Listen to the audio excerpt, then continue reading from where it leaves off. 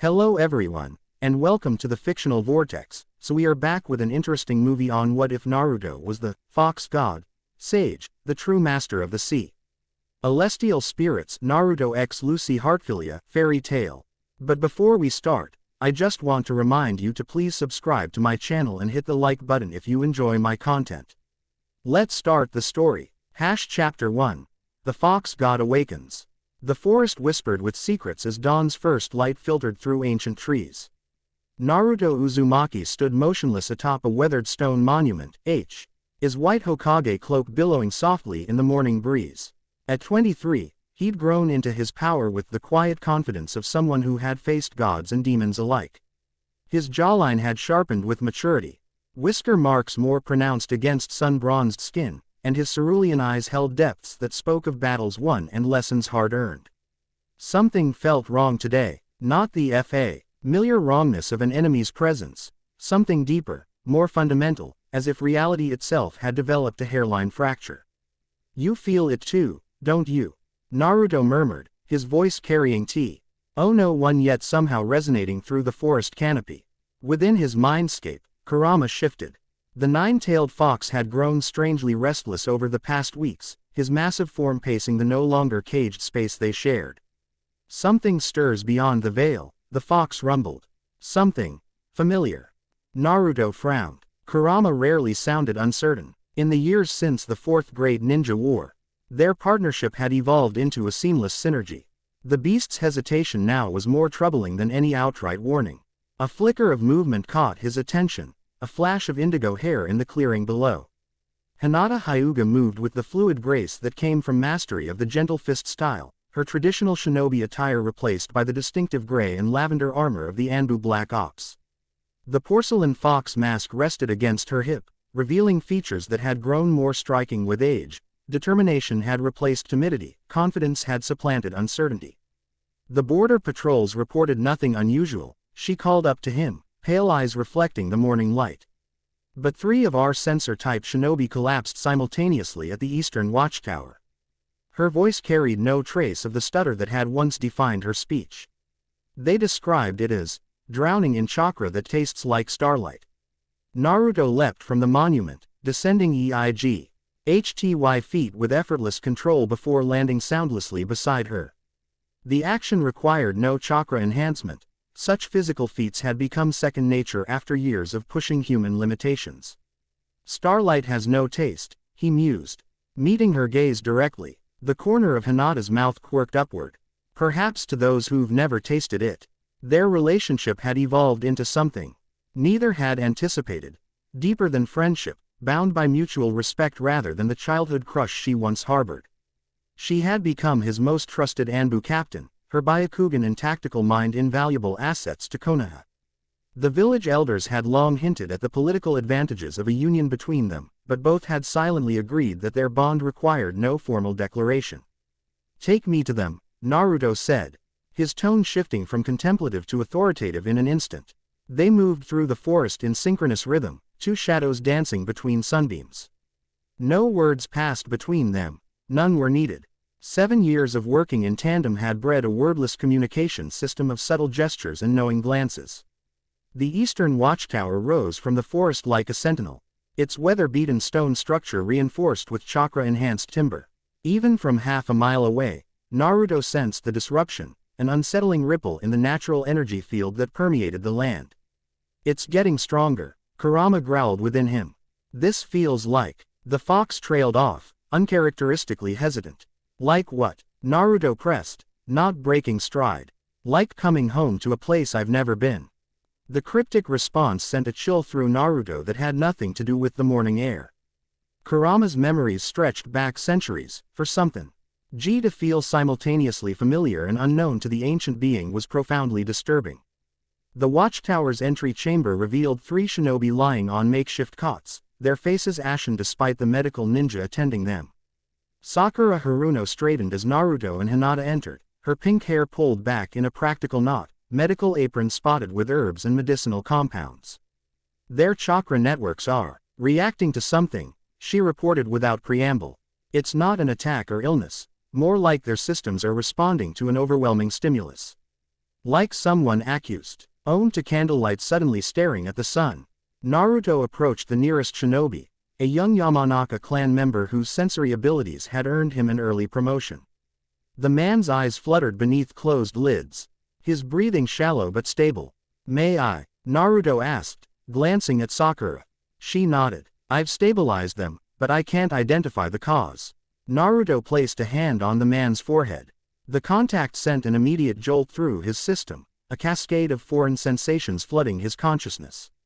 Stars wheeled overhead in impossible configurations.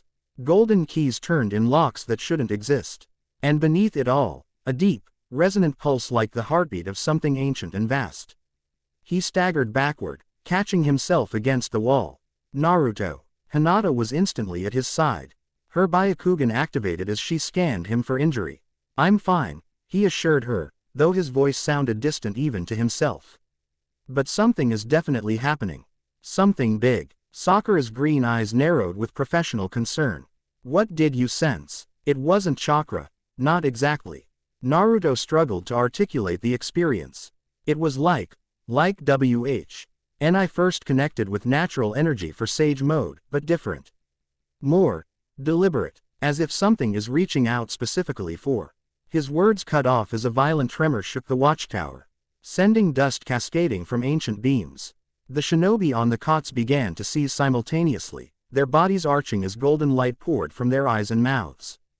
"Get back!" Naruto shouted, pushing Sakura behind him as he rapidly formed hand signs. A translucent barrier of wind nature chakra encircled the convulsing ninja, containing whatever energy was manifesting. Byakugan. Hinata's veined eyes widened in shock. "Their chakra networks are being overridden with. I don't even know how to describe it. It's like their very cellular structure is being rewritten with golden light." Outside, a thunderous crack split the morning calm. The three conscious ninja rushed to the tower's observation deck to find a sight that defied explanation. The sky itself appeared to be fracturing. Hairline cracks spreading across the blue expanse like a breaking mirror. "What in the name of the sage?" Sakura breathed, her medical training momentarily forgotten in the face of cosmic impossibility. Throughout Konoha, panicked shouts rose as civilians and shinobi alike witnessed the phenomenon. The cracks in reality spread, revealing glimpses of something beyond, flashes of unfamiliar landscapes, strange buildings, and skies of a different hue. Naruto felt a peculiar resonance building within him, centered not in his chakra network but somewhere deeper, as if his very existence was being called into question. Kurama roared in his mindscape, the fox's chakra flaring defensively against the unknown force. "This is wrong," the Biju snarled. "Yet somehow right," Naruto finished aloud. Understanding flowing between them, Hinata gripped his arm, her Byakugan still active. "Naruto, your chakra, it's changing. There's gold intertwining with both your natural blue and Kurama's red." A third tremor, more violent than the previous two, shook the tower to its foundations. Below them, the three sensor nin suddenly sat upright in perfect unison, their eyes blazing with golden light.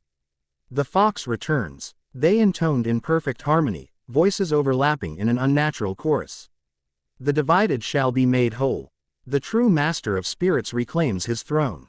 Their pronouncement complete, they collapsed back onto their cots, the golden light fading from their features. "We need to return to the village," Naruto decided, already moving toward the stairs. "Whatever this is, it's affecting more than just this outpost." They descended rapidly, Sakura pausing only long enough to ensure the sensor nin were stable before following. Outside, the cracks in the sky had widened further, revealing glimpses of mountains that shouldn't exist and oceans where forests should be. The journey back to Konoha took half the time it should have, all three pushing their considerable abilities to the limit. As they approached the village gates, a new disturbance became apparent. Ancient stone monuments throughout the village were glowing with previously invisible seals. Complex patterns of script illuminated in brilliant gold. Those weren't there before, Sakura observed unnecessarily, her analytical mind already cataloging the unfamiliar symbols. "They've always been there," Naruto corrected, surprising himself with the certainty in his voice. "We just couldn't see them." The village center had become chaos incarnate. Shinobi attempted to maintain order as civilians pointed skyward in terror. Shikamaru Nara stood amid the turmoil, issuing calm, methodical orders to squad leaders. His expression betrayed no panic, only the intense focus of a mind calculating 1,000 contingencies simultaneously. Naruto, he acknowledged as they approached. Please tell me you have some insight into whatever this is, because conventional explanations are failing me spectacularly. Before Naruto could respond, a piercing pain lanced through his skull. He dropped to one knee, clutching his head as images flooded his consciousness, vast celestial landscapes. Beings of pure light and bizarre form, golden gates stretching into infinity. Remember, a voice thundered through his mind, neither Kurama's nor his own. Remember WHOUR. Naruto. Hinata's voice seemed to come from miles away as she knelt beside him. The pain intensified, and with it came knowledge, ancient, vast, and impossible. Names of stars never seen from Earth. The taste of light from distant galaxies. The weight of responsibilities that spanned dimensions. The Hokage monument, he gasped through gritted teeth. We need to get there. Now. Shikamaru didn't waste time questioning, instead barking orders to clear a path. Hinata and Sakura flanked Naruto as he forced himself upright, each step sending fresh waves of alien memories cascading through his consciousness. It's changing you, Kurama observed, his mental voice uncharacteristically subdued. Or perhaps, returning you to what you were. What are you talking about? Naruto demanded internally, as they made their way through panicked crowds. I've always known you were more than human, the fox replied. I assumed it was because you were Ashura's reincarnation or the sage's descendant. But this is older. Much older. The base of the monument loomed before them, the carved faces of previous Hokage now illuminated by the same golden script that adorned other ancient structures. The patterns seemed to pulse in rhythm with Naruto's heartbeat. The seals are responding to you, Hinata observed, her Byakugan tracking the flow of energy. They're calling to you. Naruto approached the monument base, drawn by instinct rather than reason. His hand reached out almost involuntarily, fingers brushing against a particularly complex seal hidden beneath centuries of moss and weathering. Contact triggered an immediate reaction. The golden light intensified, spreading from the seal to envelop his arm in a brilliant aura. Rather than burning, it felt like reunion, as if parts of himself long dormant were awakening from endless slumber. What's happening to him? Sakura demanded, medical training and friendship warring in her voice. I don't know, Hinata answered, her Byakugan straining to comprehend the transformation. It's like he's becoming more concentrated, more essentially himself, yet simultaneously something greater. The light spread across Naruto's body, seeping beneath his skin and illuminating him from within. His whisker marks deepened and extended, becoming more fox-like than ever before. His canines lengthened subtly, and his eyes, when he turned to face his friends, had transformed from cerulean blue to molten gold with vertical slits. I remember, he whispered, voice resonating with harmonics that shouldn't be possible from human vocal cords. Not everything, but enough. The ground beneath them trembled again, more violently than before. Above, the cracks in reality widened further, revealing glimpses of unfamiliar stars despite the morning hour. From the direction of the Uzumaki clan compound, long abandoned but maintained out of respect for Naruto's heritage, came a blinding pillar of golden light that shot skyward, piercing the fractured heavens. The convergence has begun, Naruto stated, certainty filling him though he couldn't explain its source. The worlds are aligning for the first time in millennia. What worlds? Shikamaru demanded, strategic mind grasping for concrete information amid the metaphysical chaos. What convergence? Dimensions that were never meant to be separate, Naruto replied, moving with newfound purpose toward the pillar of light. I need to get to the compound. There's something there, something I left behind long ago. His companions exchanged glances but followed without hesitation. The streets of Konoha had emptied as the tremors intensified, most civilians taking shelter while ninja established defensive perimeters around critical infrastructure. The Uzumaki compound stood untouched by time, a modest estate that had always seemed strangely preserved despite decades of abandonment before Naruto claimed it. Now, golden light poured from every window and doorway, the entire structure humming with power that made the air taste of ozone and something indescribably ancient. Naruto approached the main entrance, the doors swinging open at his mere proximity. Inside, the traditional tatami floors had reconfigured themselves, revealing a spiraling pattern that descended into depths that shouldn't exist beneath the building. This place was always more than it seemed, Naruto observed, descending the newly revealed staircase without hesitation. The others followed, Hinata's Byakugan penetrating the gloom ahead. There's a chamber below, she reported. Vast, far, larger than should be physically possible given the compound's dimensions. The staircase spiraled downward for what felt like minutes, though distance became difficult to judge in the golden-hued darkness. Eventually, they emerged into a cavernous space whose ceiling and walls vanished into shadow.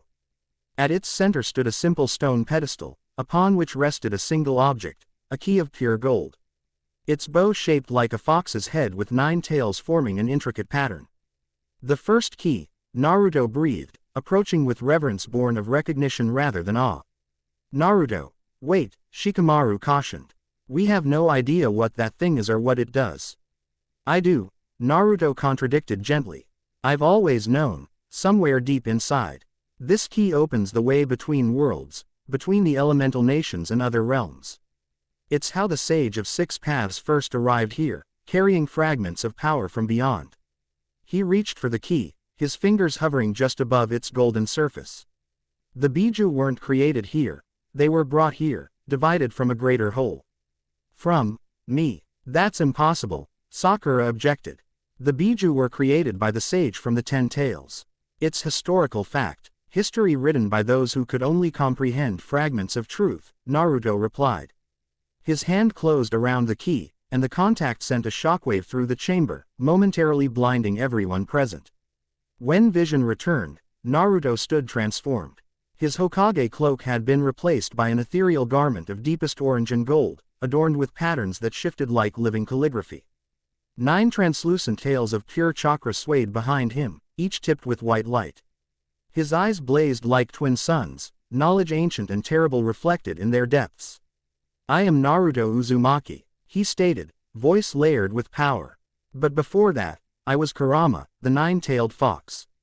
And before that, he paused, the weight of revelation momentarily overwhelming. Before that, I was the one who created the celestial spirits. The one who forged the keys that bind worlds together. The chamber responded to his words, the darkness retreating as constellations appeared overhead. Star patterns unknown to the shinobi world, yet somehow familiar to Naruto. This doesn't make any sense, Shikamaru insisted, though his legendary intellect was already adapting. Seeking patterns in the impossible. You're saying you're some kind of god. Not exactly, Naruto smiled, the expression both familiar and alien on his transformed features. More like a guardian. A being who exists to maintain balance between realms that were never meant to be entirely separate. Another tremor shook the chamber, this one strong enough to knock Sakura off balance. Hinata steadied her, Byakugan active and tracking the disturbances. Something's coming, she warned. Multiple energy signatures, unlike anything I've ever seen. The air in the center of the chamber rippled and tore, revealing a swirling vortex of darkness. From its depths emerged humanoid figures, 3 of them, cloaked in garments that seemed to absorb light rather than reflect it. Their faces remained hidden in shadow, but the malevolence radiating from them required no visual confirmation. The divine fragment returns, the central figure intoned, voice rasping like metal on stone. Prophecy unfolds as written in the Celestial Codex. Who are you? Naruto demanded, instinctively positioning himself between the intruders and his friends. We are the Void Walkers, the figure replied. Servants of the true order, the void that existed before your light-polluted existence with differentiation and form. The figure raised a hand, revealing flesh composed of what appeared to be condensed shadow. We have come to reclaim what was stolen, the divine spark that allows you to maintain these artificial boundaries between worlds. Without warning, the figure launched forward with impossible speed, shadow hands reaching for Naruto's throat. Years of combat instinct took over as Naruto sidestepped, the golden key in his hand suddenly extending into a staff of light that he swung in a wide arc. The weapon passed through the attacker as if they were smoke, but the contact triggered an unexpected reaction. The shadowy form solidified momentarily, revealing a glimpse of Summit. hing insectoid beneath the humanoid exterior. Interesting, Naruto murmured. You're not from either world, are you? You're something else entirely. The other two figures moved with coordinated precision, one engaging Naruto while the other launched toward his companions. Hinata stepped forward without hesitation, palms glowing with chakra as she intercepted the attack. 8 trigrams. Vacuum palm. She called, striking with perfect precision. The technique connected, but instead of repelling the attacker, it seemed to tear away layers of its shadowy form, revealing more of the alien physiology beneath. Chitinous exoskeleton and multiple limbs contorted into roughly humanoid shape. What are these things? Sakura demanded, chakra-enhanced fists ready as she moved to flank the exposed creature. Parasites, Naruto answered, deflecting a strike from his own opponent. They feed on the energy released when dimensions collide. They're not here to stop the convergence, they're here to corrupt it. To turn ordered merging into chaotic destruction. Shikamaru's shadow extended with practiced precision, attempting to capture the third figure.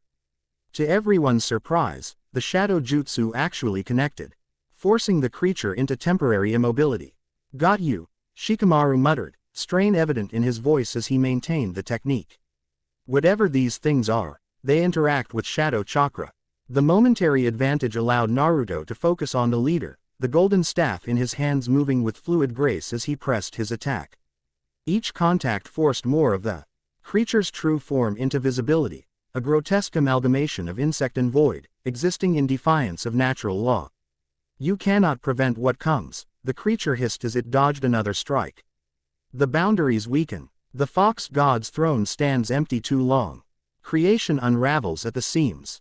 If I'm who you claim I am, Naruto countered, eyes blazing, then why would I let that happen? He drove the end of his staff into the ground, sending a pulse of golden energy outward that momentarily froze all 3 creatures in place. The chamber responded to his power, the spiral pattern on the floor illuminating with increasing brilliance. Because you have forgotten, the leader responded, its form struggling against the binding energy. You have become too human, too attached to this single fragment of reality. You have lost perspective. Another tremor rocked the chamber, more violent than any before. Cracks appeared in reality itself, golden light spilling through from whatever lay beyond. We're running out of time, Naruto realized. He turned to his companions, decision crystallizing. I have to go through, to the source of these disturbances. I have to remember what I've forgotten. You can't be serious, Sakura objected. You don't even know what's on the other side. I do, Naruto contradicted gently. I just don't remember it consciously. But this, he held up the golden key, this will guide me. Quote, the creatures renewed their struggle against his binding technique, the energy field visibly weakening as they pushed against its constraints. I'm coming with you, Hinata stated. The declaration leaving no room for argument. Her pale eyes reflected the golden light, determination etched in every line of her face. Naruto studied her for a moment before nodding. I might need an anchor to this world, to who I am here. Your Byakugan might be able to see paths that even I can't remember. This is insanity, Shikamaru observed, though his tone held more resignation than objection. But I suppose that's nothing new where you're concerned. A fond smile touched Naruto's transformed features. Keep things together here. I don't know how long we'll be gone or what changes the convergence will bring. The village will need your mind more than ever. Shikamaru nodded, understanding the unspoken request. Naruto was effectively transferring Hokage authority to him during this crisis. The binding on the creatures failed suddenly, their forms surging forward with renewed aggression. Sakura intercepted one with a chakra-enhanced punch that connected solidly, sending the creature crashing into the far wall. Go, she shouted, already positioning herself for the next attack. Shikamaru and I will handle these things and explain to the others. Just come back, both of you. Naruto nodded, grasping Hinata's hand firmly in his left while raising the golden key in his right. He approached the largest of the reality fractures, which had within to reveal a swirling maelstrom of golden energy beyond. Focus on me, he instructed Hinata. Whatever happens, whatever we see, keep your mind anchored to who we are. She squeezed his hand in acknowledgement. Byakugan active and focused on the dimensional tier. Naruto thrust the key forward, into the fracture itself. The contact triggered an immediate reaction. The tear widened explosively, golden light engulfing both Naruto and Hinata before either could speak another word. The sensation of transition defied description. Their bodies seemed to simultaneously compress to infinitesimal points and expand to encompass galaxies. Time stretched and contracted, millennia passing between heartbeats while seconds expanded into eternities. Through it all, Hinata maintained her grip on Naruto's hand, her consciousness tethered to his as they hurtled through the impossible space between dimensions. Her Byakugan, pushed beyond its normal limits, perceived paths of energy connecting distant points, golden threads weaving through the cosmic tapestry. There, she managed to communicate, though whether through voice or thought remained unclear. Her awareness directed Naruto's attention to a particular thread that pulsed with familiar energy, the same resonance she recognized in him. Naruto adjusted their trajectory, his instincts responding to her guidance. They followed the golden EAD through the chaos of interdimensional space, reality itself bending around them as they traveled. After what might have been moments or millennia, the golden light began to fade, replaced by the sensation of atmospheric pressure and gravity, physical constants reasserting themselves as they emerged into a physical realm once more. They materialized in a forest clearing, the transition from SMIC travel to solid ground so abrupt that both stumbled. Hinata regained her balance first, Byakugan scanning their surroundings with military precision. We're somewhere else, she observed unnecessarily. The chakra in the environment feels different, wilder, less structured. Naruto nodded, his transformed appearance gradually settling into something less overtly divine but still markedly different from his normal self. The 9 translucent tails had faded, though his eyes retained their golden hue. His clothing had shifted to a compromise between his Hokage attire and the celestial garments, practical yet undeniably otherworldly. This place is called Earthland, he stated, knowledge surfacing from depths he couldn't fully access. It's one of the 3 primary realms connected by the celestial gates. Our world, this world, and the celestial spirit world form a triadic balance. He closed his eyes, extending his senses outward. Unlike the familiar process of sensing chakra, his awareness expanded in directions that shouldn't exist, perceiving energies beyond normal detection. There's a settlement nearby, he reported. A city of considerable size, filled with energy though they don't manipulate chakra as we know it. Hinata nodded, her Byakugan confirming his assessment. The energy flows differently here. Instead of an internal network like our chakra system, the power seems to be drawn from the environment itself. They oriented themselves toward the city, moving with the cautious efficiency of veteran shinobi in unfamiliar territory. The forest around them seemed ordinary enough, trees, underbrush, occasional wildlife, yet subtle differences became apparent upon closer inspection. The color spectrum seemed slightly shifted, certain plants exhibited properties unknown in their world. And the very quality of sunlight held an unfamiliar tone. As they neared the city's outskirts, they paused to observe from concealment. The architecture was nothing like the elemental nations, more reminiscent of certain civilian settlements in the land of fire but with technological advancements that suggested different developmental priorities.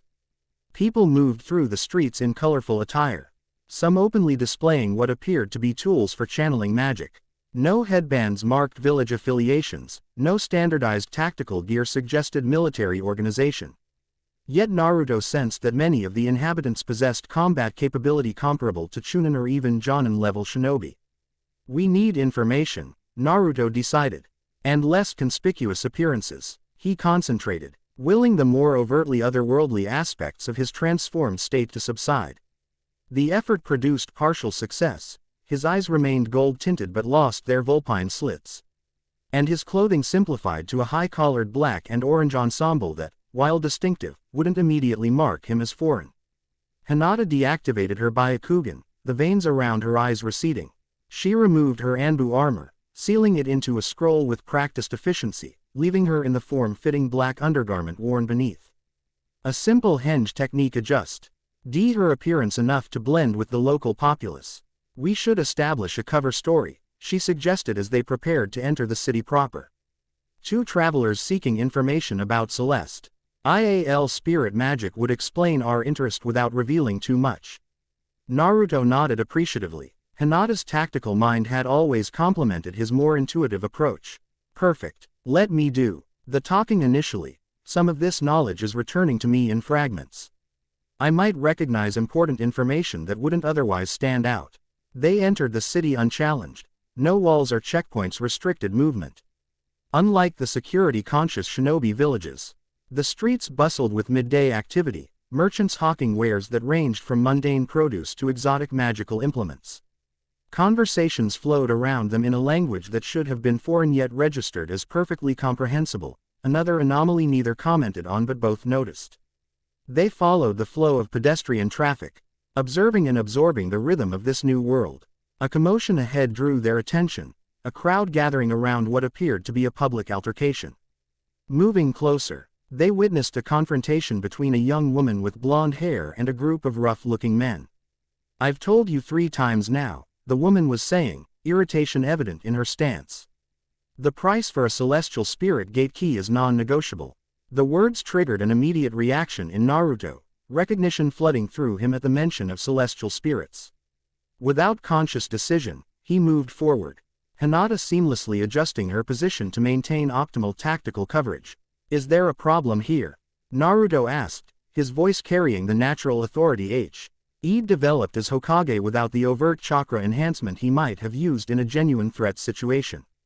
The group of men turned toward him, threat assessment visibly calculating in their expressions.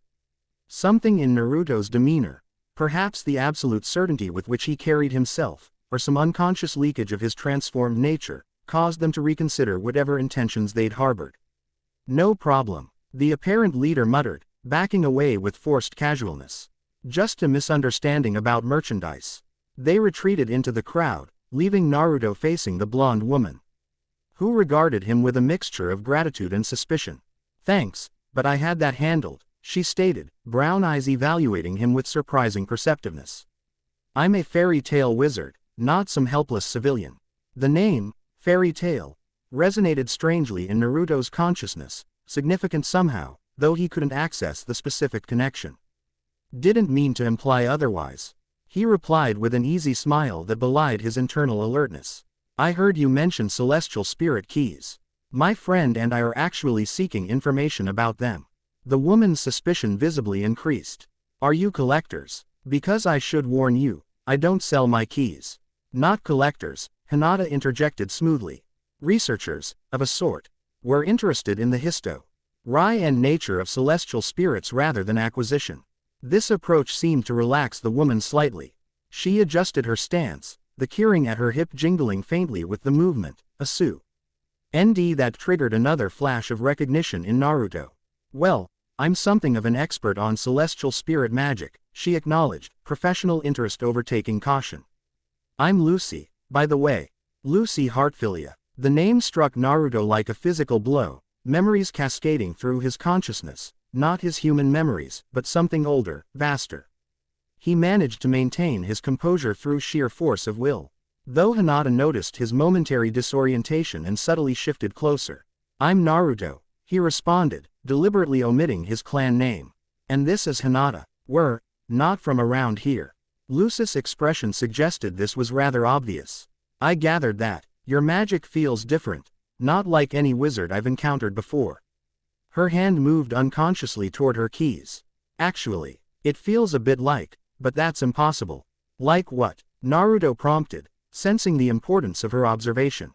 Before she could answer, the ground beneath the trembled, an echo of the dimensional disturbances they'd experienced in Konoha. Around them, citizens reacted with concern but not panic, suggesting such tremors weren't entirely unprecedented. Lucy's expression, however, shifted to alarm. "That's the third one today," she murmured, more to herself than to them. "And they're getting stronger." She refocused on Naruto and Hinata with newfound intensity. "Where exactly did you say you're from?" "We didn't," Hinata replied diplomatically. Lucy studied them for a moment longer before coming to a decision. "I think you should meet some friends of mine. If you're really researchers interested in celestial spirits, there's been something happening with them recently that might interest you." "What kind of something?" Naruto asked. "The kin D. Where they appear without being summoned, speaking in riddles about the return of their true master, Lucy answered, watching their reactions carefully. The kind where ancient texts start glowing with languages no one can read. The kind where reality itself seems to be having hiccups. The description matched precisely what they'd witnessed in Konoha. Naruto and Hinata exchanged a glance, communicating volumes in the silent language they'd developed over years of partnership. We'd be very interested in meeting your friends, Naruto confirmed. Lucy nodded, still observing them with thoughtful scrutiny. Follow me then. We're heading to Fairy Tail. As they followed her through the streets of Magnolia, Naruto felt the golden key in his pocket pulse with subtle energy, responding to proximity to Lucy's celestial keys. The sensation triggered another cascade of fractured memories, constellations forming under his direction, spirits taking shape from his essence, keys forged as bridges between realms. You created them, Kurama's voice resonated within his mindscape, the fox having remained uncharacteristically quiet since their arrival. The celestial spirits were your saint creation, before even I existed as a separate entity. How is that possible? Naruto questioned internally. I'm human, born in Konoha to Minato and Kushina. Are you? The fox challenged. Or was that merely your most recent incarnation? Perhaps the Sage of Six Paths didn't create the Biju from the 10 tails. Perhaps he was merely returning fragments to their original state. The philosophical implications threatened to overwhelm Naruto's sense of identity. He forced himself to focus on the present moment, on the solid cobblestones beneath his feet and Hinata's steadying presence beside him. Lucy led them through increasingly lively streets until they stood before a distinctive building bearing a symbol Naruto instantly recognized, though he couldn't explain how. The Fairy Tail Guild Hall rose before them, simultaneously welcoming and imposing. Here we are, Lucy announced, gesturing toward the entrance. Fair warning, it gets a bit chaotic in there. As they approached the doors, another tremor shook the ground, stronger than before. Overhead, the sky rippled with momentary distortion, as if reality itself were a pond disturbed by a thrown stone. That's new, Lucy noted, concern evident in her voice. The sky doesn't usually get involved in the weirdness. It's accelerating, Naruto murmured, feeling the resonance between the golden key in his pocket and whatever was causing the dimensional disturbances. The boundaries are thinning faster than they should. Lucy gave him a sharp look. You know what's causing this. It wasn't a question, but Naruto answered anyway. Not exactly, but I think I'm connected to it somehow. Before Lucy could respond, the guild hall doors burst open. A young woman with scarlet hair emerged, armor gleaming in the afternoon sunlight. Her posture radiated authority and combat readiness, eyes scanning the surroundings before fixing on their small group. Lucy, she called. The master needs everyone inside. Something's happening with the... She stopped abruptly, noticing Naruto and Hinata. Her eyes narrowed, hand moving subtly toward the sword at her hip.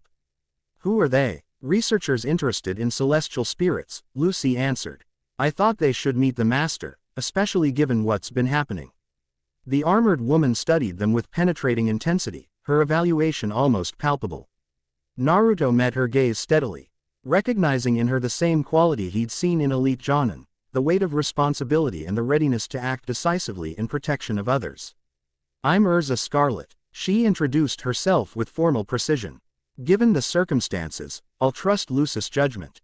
Follow me, but understand that any threat to Fairy Tail will be dealt with immediately. The warning was delivered without drama or posturing, a simple statement of fact from someone fully capable of enforcement. Naruto nodded respectfully, recognizing the position she held within her guild's hierarchy. As they followed Urza into the guild hall, another tremor shook the building, this one accompanied by a pulse of golden light that emanated from the center of Naruto's being without conscious direction. The energy flashed outward in a momentary wave, invisible to normal perception but brilliantly evident to those with magical or chakra sensitivity. Conversation within the hall ceased, as every mage present turned toward them, sensing the pulse. In the sudden silence, a small blue cat with wings, a sight bizarre enough that Naruto almost questioned his perception, spoke with surprising clarity. He smells like the spirits, the cat declared, hovering at eye level as he studied Naruto. Like stars and forever, Lucy's keys began to glow at her hip, resonating with the energy Naruto had inadvertently released. One key in particular, gold like Naruto's, but with a different constellation symbol, shone with blinding intensity. With a sound like distant chimes, a figure materialized beside Lucy without her apparent summoning, a man in an immaculate suit with orange hair and tinted glasses. He took one look at Naruto and dropped to one knee, head bowed in a gesture of profound respect. "My king," he intoned, voice vibrating with emotion, "after all these millennia, you have returned to us." The guild hall erupted in confused exclamations, but Naruto barely registered them. The title unlocked something fundamental within him, a truth he had both always known and never consciously acknowledged. "Leo," he whispered, the name rising from depths beyond memory. The spirit looked up, awe evident even behind his tinted glasses. "You remember." "Not everything," Naruto admitted. "Fragments, pieces. I know you were among the first, one of the 12 zodiac spirits I created to maintain balance." An elderly man of diminutive stature approached, power belied by his unassuming appearance. "I believe," he stated with careful precision, "that we have much to discuss, young man. I am Makarov Dreyar, master of fairy tale." Another tremor shook the building, this one lasting longer and accompanied by a sound like tearing fabric. Outside, through the guild's windows, they see the sky fracturing, cracks spreading across the blue expanse exactly as they had in Konoha.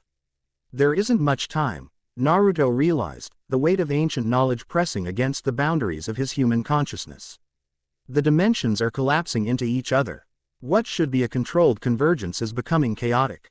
Because you're in two places at once, Leo, or Loke, as Lucy called him, explained. Your essence exists here, in the elemental nations, and in the celestial spirit world. Without your conscious direction, the natural order is breaking down. Hinata, who had remained vigilant and observant throughout these revelations, stepped forward. What happens if the convergence continues unchecked? Annihilation, Makarov answered grimly. If the boundaries between worlds collapse completely without proper guidance, the resulting chaos would destroy all involved realms. Then I need to remember, Naruto decided, golden eyes reflecting determination. Chi transcended his human identity without diminishing it. I need to reclaim what I was without losing what I've become. Leo rose to his feet, adjusting his glasses with practiced nonchalance that didn't quite mask his profound emotion. There is a way, my king. In the heart of the celestial spirit world lies your throne, vacant these many ages. If you were to reclaim it, even briefly, your full memory and power would return. How do we get there? Hinata asked practically. Normally, humans cannot enter the celestial spirit world without specific conditions being met, Lucy explained, her expertise evident. And even then, they can only remain for limited periods. He is not merely human, Leo countered, gesturing toward Naruto. And I suspect the same is true of his companion, at least in potential. Their connection transcends normal limitations. Another, more violent tremor shook the building. Outside, the fractures in reality widened further, golden light spilling through the gaps. From these tears emerged shadowy figures, forms identical to those they'd confronted in Konoha. Void Walkers, Naruto identified, his stance shifting to combat readiness. They followed us. Urza's sword materialized in her hand without apparent transition. Enemies. Parasites, Naruto confirmed. They feed on dimensional chaos. They won't try to stop the convergence, they'll try to corrupt it, to maximize destruction. The fairy tale wizards moved with practiced coordination, positioning themselves defensively around their guild hall. Makarov expanded to giant size, physical Tran.'s formation reflecting the power that had earned him his position as guild master. Fairy tale protects its own, the transformed Makarov declared. And today, that includes you in this entire city. What do you need from us, Fox God? The title, spoken with respectful recognition, resonated through Naruto's being. He drew the golden key from his pocket, its form shifting in his hand to become a staff of light once more. Cover, he answered simply. I need time to open the gate to the celestial spirit world. Once there, I can restore the proper balance. Hinata moved to his side, Byakugan. Activated as she scanned the approaching threats. I count 17 void walkers emerging from the tiers, with more forming. Lucy stepped forward, keys gleaming in her hand. If we're talking about celestial spirits, that's my specialty. How can I help? The keys, Naruto realized, his gaze fixing on her key ring. They were created as conduits of my power, extensions of my will. Together, the why might provide enough energy to force open a direct path. Another tremor, more violent than any before, shook Magnolia to its foundations. Buildings cracked, streets buckled, and citizens fled in panic as reality itself seemed to come apart at the seams. Whatever you're going to do, Makarov called as he engaged the nearest Void Walker with a giant fist, do it quickly. Naruto turned to Lucy, his expression conveying the gravity of his request. I need to channel power through your keys. It won't harm the spirits, quite the opposite. It will restore connections long dormant. Lucy hesitated only briefly before nodding and extending her key ring toward him. If Locke trusts you, so do I.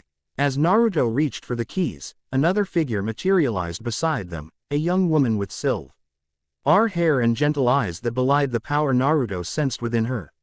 Something about her resonated with his own nature, a familiar duality of human and something greater. The convergence affects those with dual natures most strongly, she observed, her voice soft yet carrying clearly through the chaos. I am Mirajan Strauss. Like you, I contain something beyond humanity within me. Naruto nodded in acknowledgement, recognizing another piece in this cosmic puzzle he was struggling to reassemble. The boundaries between demon and human blur as the dimensions converge. Your power will be affected, possibly enhanced, potentially destabilized. I've managed that balance my entire life, Mirajan replied with quiet confidence. I'll manage now. Around them, fairy tales wizards engaged Void Walkers with impressive coordination and power. Elements, weapons, and transformations manifested in dazzling display as they protected their guild and city. Urza moved like a crimson whirlwind, her armor changing to counter specific threats with tactical precision that reminded Naruto of Konoha's elite ambush squads. Hinata had joined the defensive efforts, her gentle fist techniques proven unexpectedly effective against the dimensional parasites. The precision chakra control that defined Hyuga combat style seemed particularly well suited to targeting the creature's vulnerabilities. Lucy placed her keys in Naruto's outstretched hand, the contact triggering an immediate reaction. Golden light enveloped both of them, connecting invisible streams to Leo and, by extension, to the celestial spirit world beyond. Focus on the connection, Naruto instructed, his voice taking on harmonic qualities that suggested his divine nature was ascendant. Imagine the path between worlds as a door that needs only the right key. Together, they channeled power through the assembled keys, Naruto's inherent divinity and Lucy's deep connection to her spirits creating a synergy greater than either could have achieved alone. The golden light intensified, coalescing into a shimmering portal that tore through the fabric of normal space. It's working, Lucy exclaimed, strain evident in her voice despite her enthusiasm. Through the expanding portal, glimpses of the celestial spirit world became visible, a realm of impossible beauty where stars hung within reach and reality obeyed different laws. At its center, barely discernible in the distance, stood an empty throne composed of condensed starlight. We need to go through, Naruto decided. Lucy, your connection to the spirits makes you uniquely suited to survive the transition. Hinata's Byakugan will help navigate the paths between worlds. He turned to Mirajan. Your dual nature makes you a potential anchor, someone who can help maintain stability during the restoration process. What about the Void Walkers? Urza demanded, dispatching another creature with efficient precision.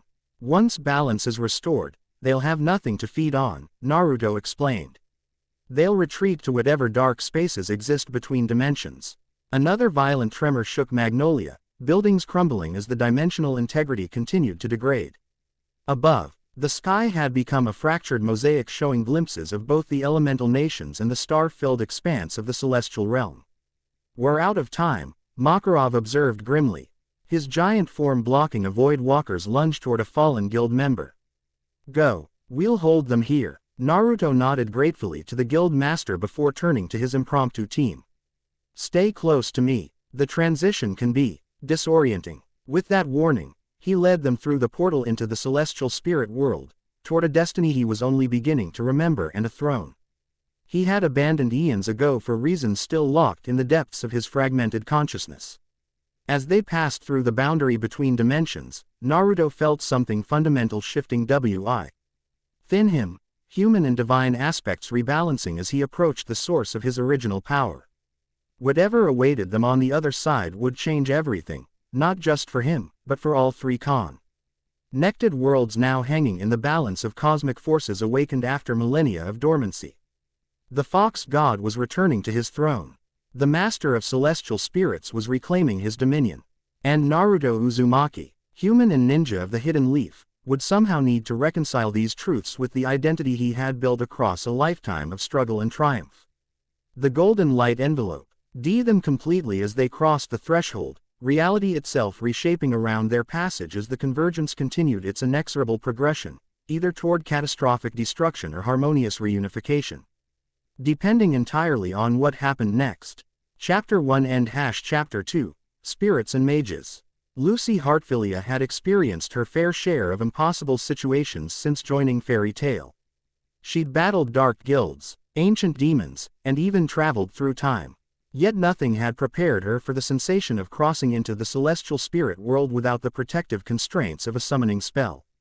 The transition felt like diving into liquid starlight, her body simultaneously weightless and heavy, her senses overwhelmed by colors that shouldn't exist and sounds too pure for human ears. She might have lost herself entirely if not for the steady pressure of Naruto's hand guiding her forward. They materialized on a crystalline plane that stretched infinitely in all directions. Above them, constellations swirled in patterns that defied astronomical logic, stars arranging and rearranging themselves like dancers following cosmic choreography. The air, if it could be called that, tasted of cinnamon and ozone. Each breath filling Lucy with vitality that bordered on euphoria. "It's beautiful," she whispered, her voice carrying unusual resonance in this realm.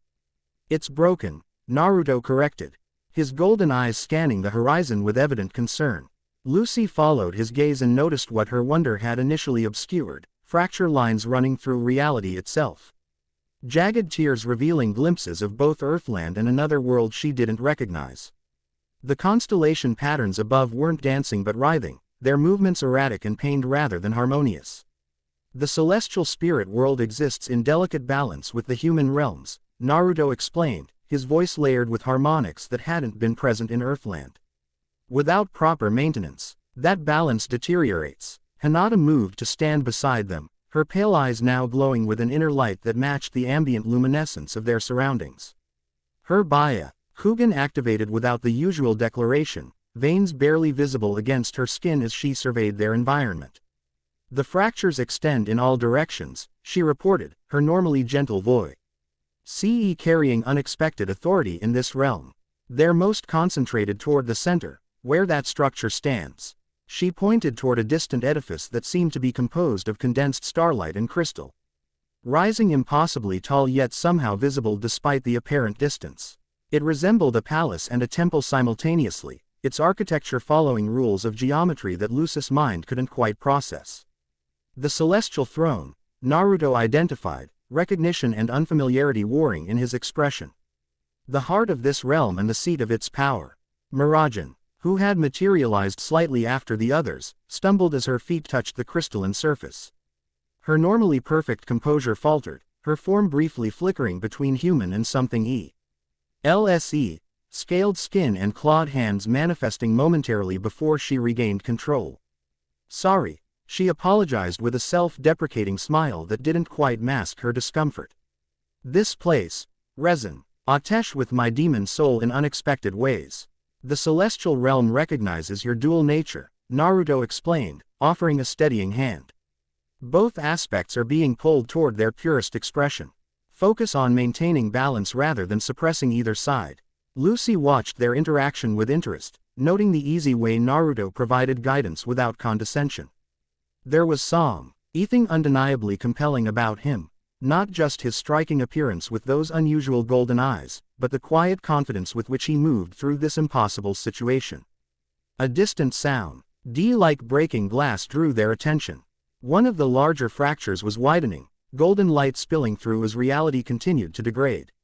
"We need to reach the throne," Naruto decided, his gaze fixed on the distant structure. Once there, I can hopefully remember enough to begin restoring balance. Hopefully, Lucy couldn't help questioning, her practical nature asserting itself despite their surroundings.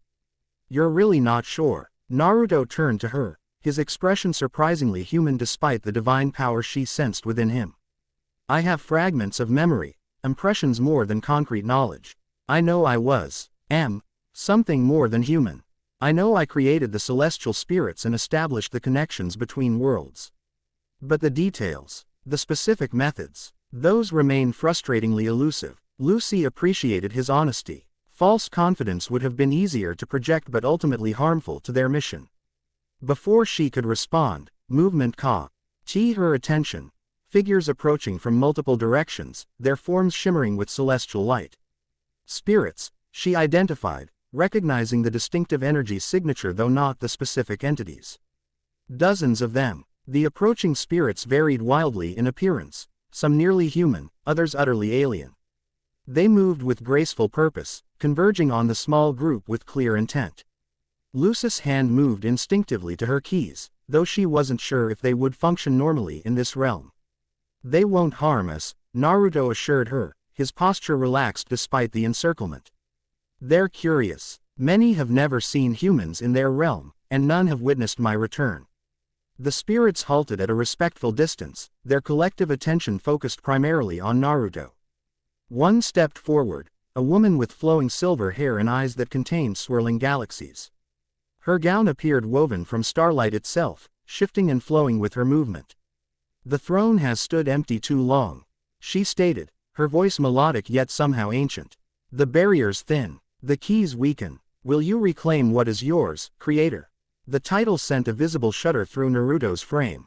Lucy watched as he struggled with the weight of the word, with its implications and responsibilities. I am, not as I was, he answered carefully.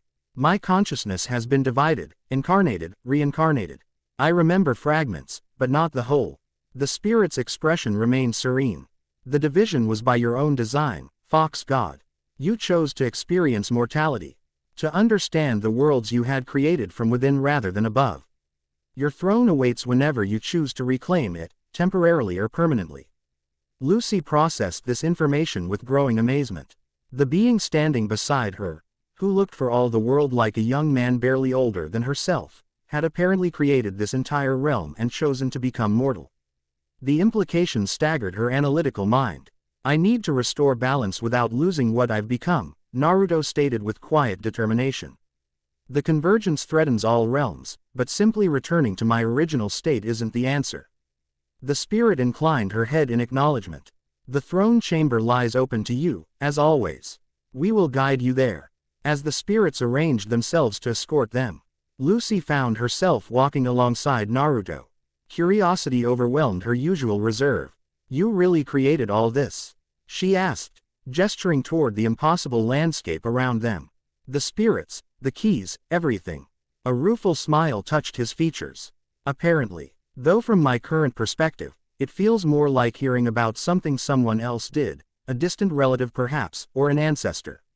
I have emotions attached to these memories, but they feel muted, as if experienced through layers of time. That's how my celestial spirits describe their perception of human time, Lucy noted, making connections. They experience it differently, more fluid, less linear. Which makes sense if they were created by a being who exists partially outside normal temporal constraints. Hinata interjected from Naruto's other side. Her analytical mind had clearly been processing these revelations with typical Hyuga precision. Lucy studied the indigo-haired woman with renewed interest. While Naruto radiated otherworldly power, Hinata's strength seemed more contained, disciplined and focused through years of training rather than inherent divinity. Yet there was something in her pale eyes that suggested she too was more than she appeared. You're from the same world as Naruto? Lucy asked, genuine curiosity in her tone. Hinata nodded, her expression composed despite their extraordinary surroundings. We grew up in the same village. I've known Naruto since we were children, though I never suspected. She trailed off, her gaze softening as she looked at him. Actually, that's not entirely true. There was always something special about him, something beyond the normal parameters of even our most gifted shinobi. The term, shinobi, was unfamiliar to Lucy, but she gathered it was their equivalent of wizard, someone trained in their world's particular magic system. As they proceeded toward the distant palace, the landscape shifted around them in ways that defied normal physics.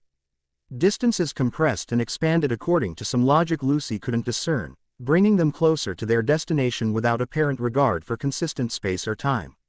This place operates on different rules, Mirajan observed, having recovered her equilibrium.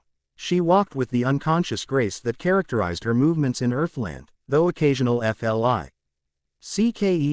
of her demonic form still manifested when the path took them particularly close to one of the reality fractures. The celestial spirit world exists partially outside conventional space-time, Lucy explained, drawing on her specialized knowledge. It's why spirits can be summoned instantly across vast distances, and why time passes differently here compared to Earthland. Similar to certain dimensional pockets in our world, Hinata noted, places where time flows differently or space bends in unusual ways. We have training grounds that utilize such phenomena. Their scholarly exchange was interrupted by a sudden tremor that shook the crystalline plane beneath their feet. The fractures in reality widened visibly, more golden light spilling through as the boundaries between worlds continued to deteriorate. The spirits escorting them reacted with alarm, their forms flickering momentarily as if struggling to maintain cohesion. The silver-haired leader turned to Naruto, her cosmic eyes reflecting genuine concern. The convergence accelerates, she stated. Without intervention, complete collapse will occur within a single celestial day. Which translates to how long in human terms? Lucy asked. Practical despite her awe. Hours, the spirit replied simply. Perhaps fewer. Another tremor, stronger than the first, rippled through the realm. In the distance, one of the fractures tore open completely, creating a gaping wound in reality. Through this breach poured darkness, not the absence of light but something actively negative, consuming the starlight around it. Void essence, Naruto identified, his posture shifting to combat readiness with fluid grace. The parasites have found another entry point. From the darkness emerged familiar figures, the same shadow, cloaked entities that had attacked Fairy Tail. They moved with predatory purpose, their forms more substantial in this realm, revealing glimpses of the insectoid horrors beneath their cloaks. They're drawn to the power concentration, Naruto explained, the golden staff materializing in his hand without apparent transition. The throne chamber contains the greatest source of energy in any realm, a tempting target for creatures that feed on dimensional disruption. Lucy reached for her keys, uncertainty flashing across her features. Will my magic work properly here? Normally humans can't use their full power in the celestial realm. Quote, the rules are in flux during convergence, the silver-haired spirit answered. Your connection to the stars is stronger here, not weaker, though the form may differ from what you're accustomed to.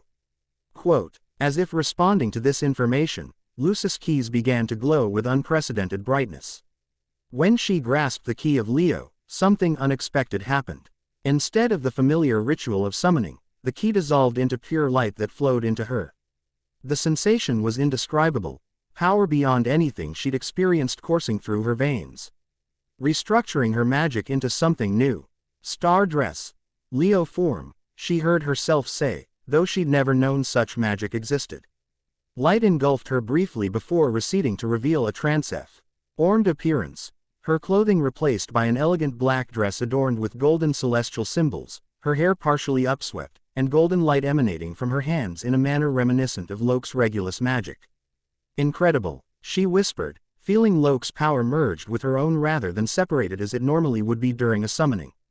Hinata had assumed a distinctive combat stance, her Byakugan fully activated as she tracked the approaching threats. 27 Void Walkers approaching from the breach, with more forming. Their energy signature is stronger here, more concentrated.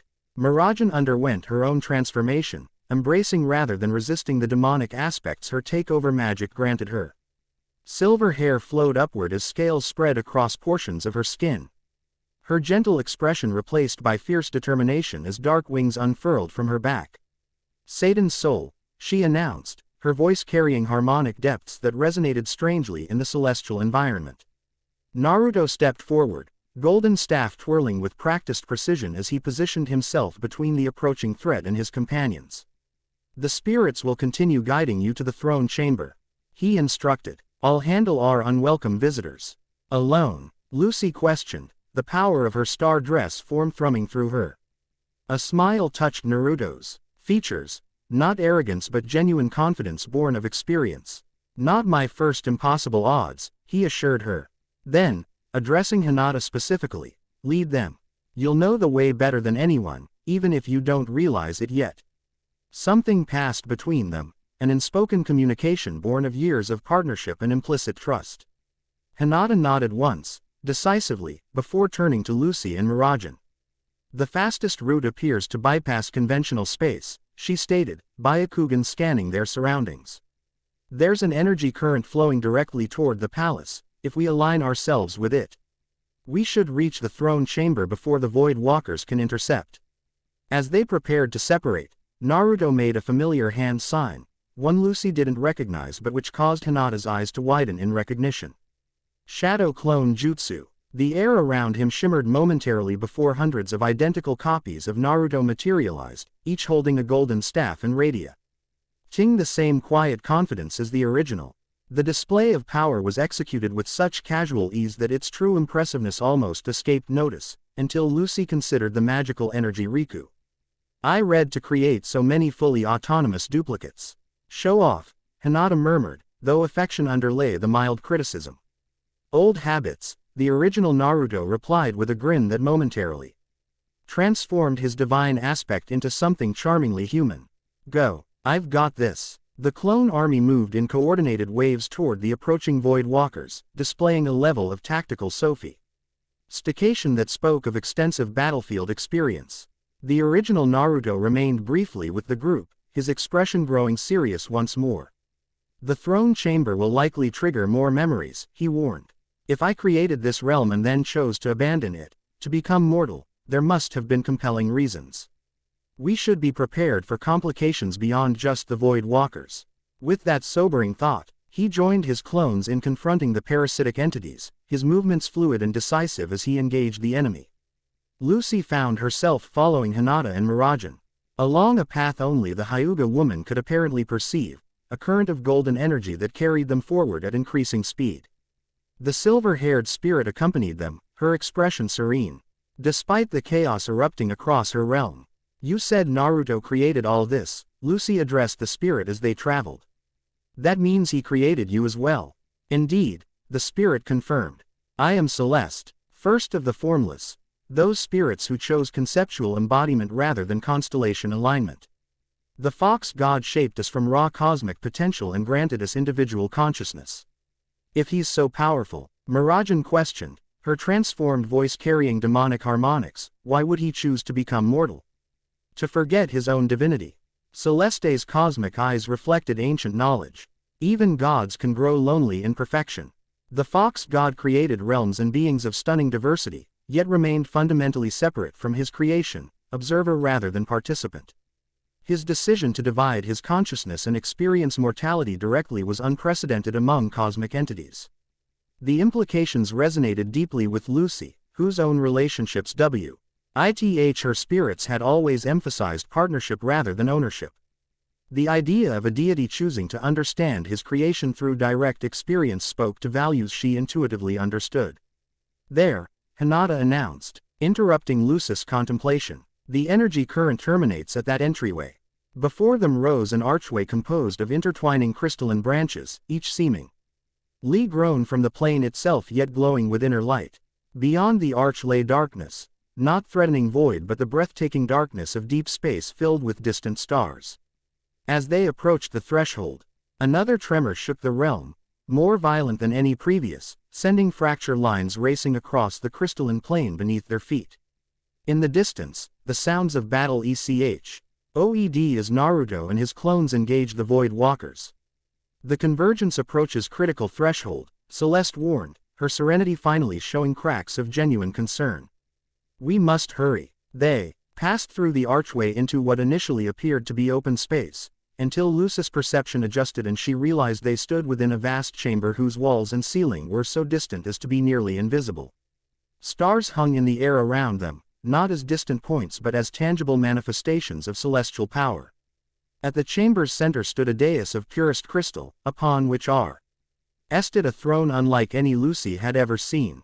It appeared to be simultaneously solid and fluid, composed of condensed starlight that shifted and flowed while maintaining its fundamental shape.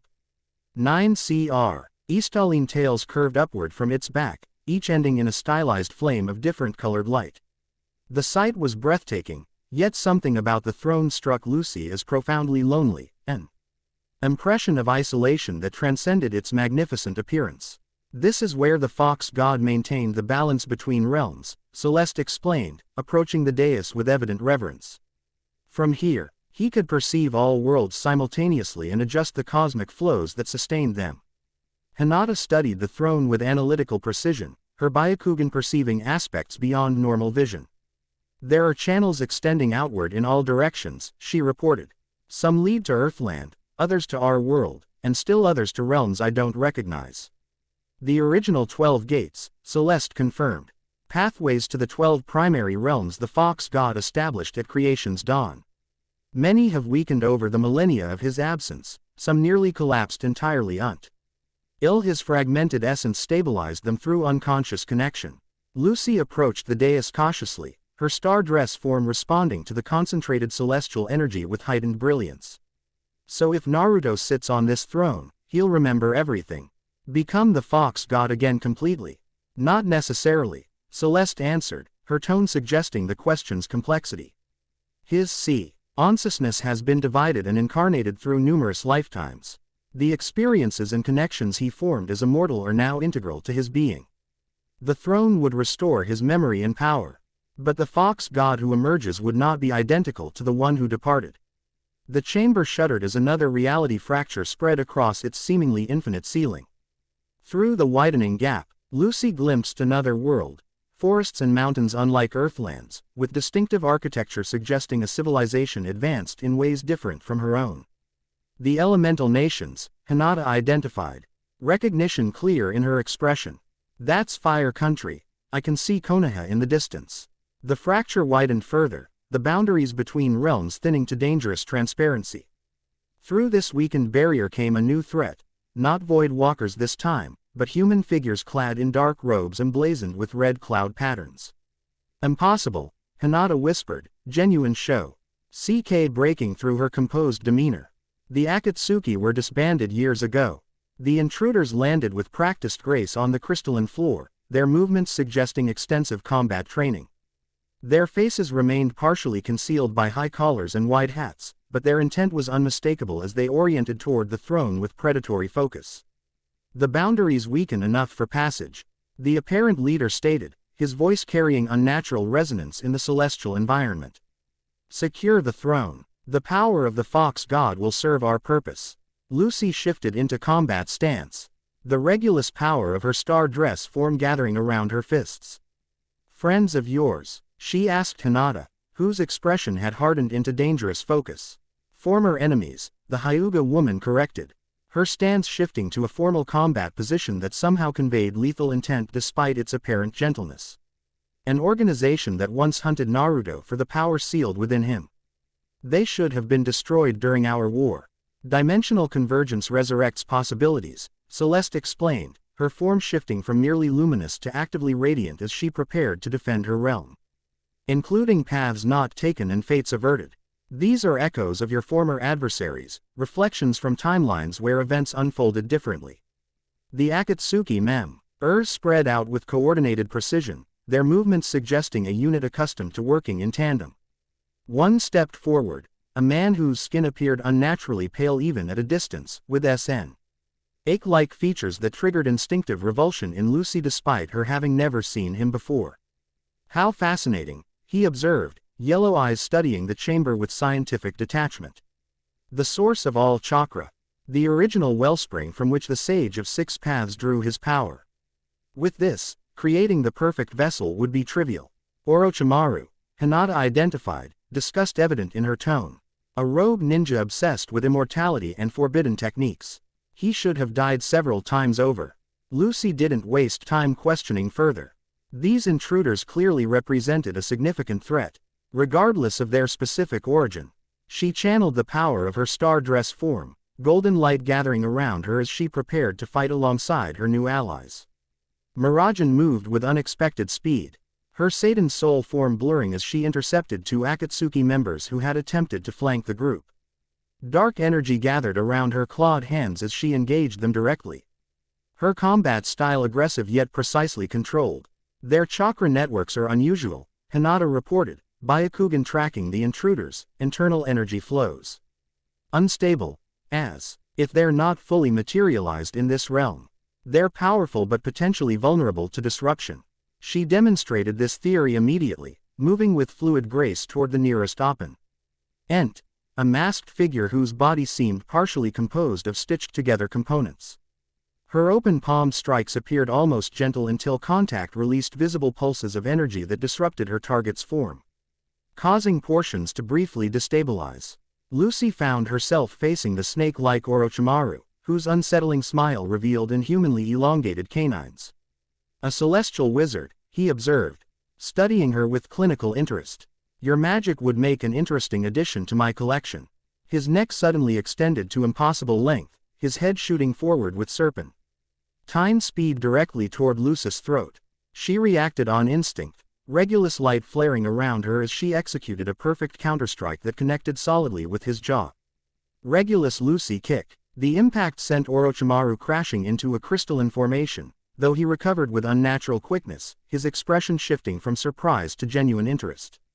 Impressive power, he acknowledged, tongue flicking out to taste the air in a distinctly reptilian manner. Perhaps I'll keep you intact rather than simply harvesting your abilities. The casual cruelty in his tone triggered something in Lucy beyond normal combat focus, a protective instinct not just for herself but for this realm that resonated so deeply with her celestial magic. The stars suspended throughout the chamber seemed to respond to her emotion, several drawing closer as if offering their power. Without conscious decision, she reached toward them, instinctively understanding that in this place, the normal constraints of her magic didn't apply. 3 stars moved to her outstretched hand, merging with the golden light of her Regulus magic to form something new, a whip composed of concentrated starlight that hummed with celestial power. Star Whip. Celestial Judgment, she found herself naming the weapon, though she'd never conceived of such magic before. Orochimaru's yellow eyes widened fractionally, the first indication that he recognized genuine danger. He began weaving complex hand signs, his fingers blurring with inhuman speed. Hidden snake hands jutsu. Serpents erupted from his sleeves, dozens of them launching toward Lucy with venomous intent. She responded with her newly formed weapon, the star whip cutting through the summoned snakes with effortless precision. Where the starlight touched Orochimaru's creations, they dissolved into particles of darkness that dissipated in the celestial atmosphere. Across the chamber, Hinata engaged multiple opponents simultaneously, her fightin' G-style a mesmerizing dance of precision strikes and fluid evasion. Though outnumbered, she maintained perfect situational awareness, her Byakugan eliminating blind spots and allowing her to anticipate attacks from any direction. Their chakra destabilizes when struck at precisely 64 specific points, she called out, sharing tactical information while continuing her defense. They're not fully incarnated here, more like projections given temporary substance by the convergence. Mirajan had fully embraced her demonic form, darkness and celestial light intermingling around her in singly harmonious fashion as she battled 3 Akatsuki members at once. Her strength seemed amplified in this realm, each strike leaving trails of both shadow and starlight that lingered momentarily in the air. Celeste had assumed a more combat-oriented manifestation, her elegant appearance replaced by radiant armor that shimmered with constellation patterns. She moved with the fluid grace of a being not bound by physical constraints, interposing herself between the intruders and the throne with unwavering determination. Despite their coordinated defense, the Akatsuki's numbers presented a serious challenge. More figures continued to materialize through the reality fracture, some wearing the distinctive red clouded robes, others in various attire suggesting different factions from the elemental nations. They're drawn by the power concentration, Celeste explained during a momentary lull in her engagement. The convergence acts as a beacon to those sensitive to cosmic energy, particularly those who sought power in life. Lucy found herself back-to-back with Hinata, both women adapting to each other's combat rhythm with surprising ease. The Hyuga's precision strikes complemented Lucy's more flamboyant star magic, creating a defensive perimeter that none of their opponents had successfully penetrated. "We can't maintain this indefinitely," Hinata observed, her calm voice belying the intensity of her combat focus. "Even if we defeat these intruders, more will come as the boundaries continue to weaken. We need Naruto," Lucy concluded, deflecting another attack with her star whip. "Only he can stabilize the throne and restore proper barriers between dimensions." As if summoned by her words, a new disturbance rippled through the chamber, not the destructive fracturing they'd been experiencing, but a controlled pulse of golden energy that momentarily illuminated every corner of the vast space. Through the main entrance strode Naruto, his appearance further transformed from when they'd last seen him. The 9 translucent tails had fully manifested behind him, each now distinct and solid rather than merely suggested by energy patterns. His features had sharpened, becoming more vulpine while remaining recognizably human, and patterns of golden light traced complex designs across his skin like living calligraphy. The staff in his hand had evolved into a shakuge, a Buddhist ringed staff associated with enlightenment and spiritual authority.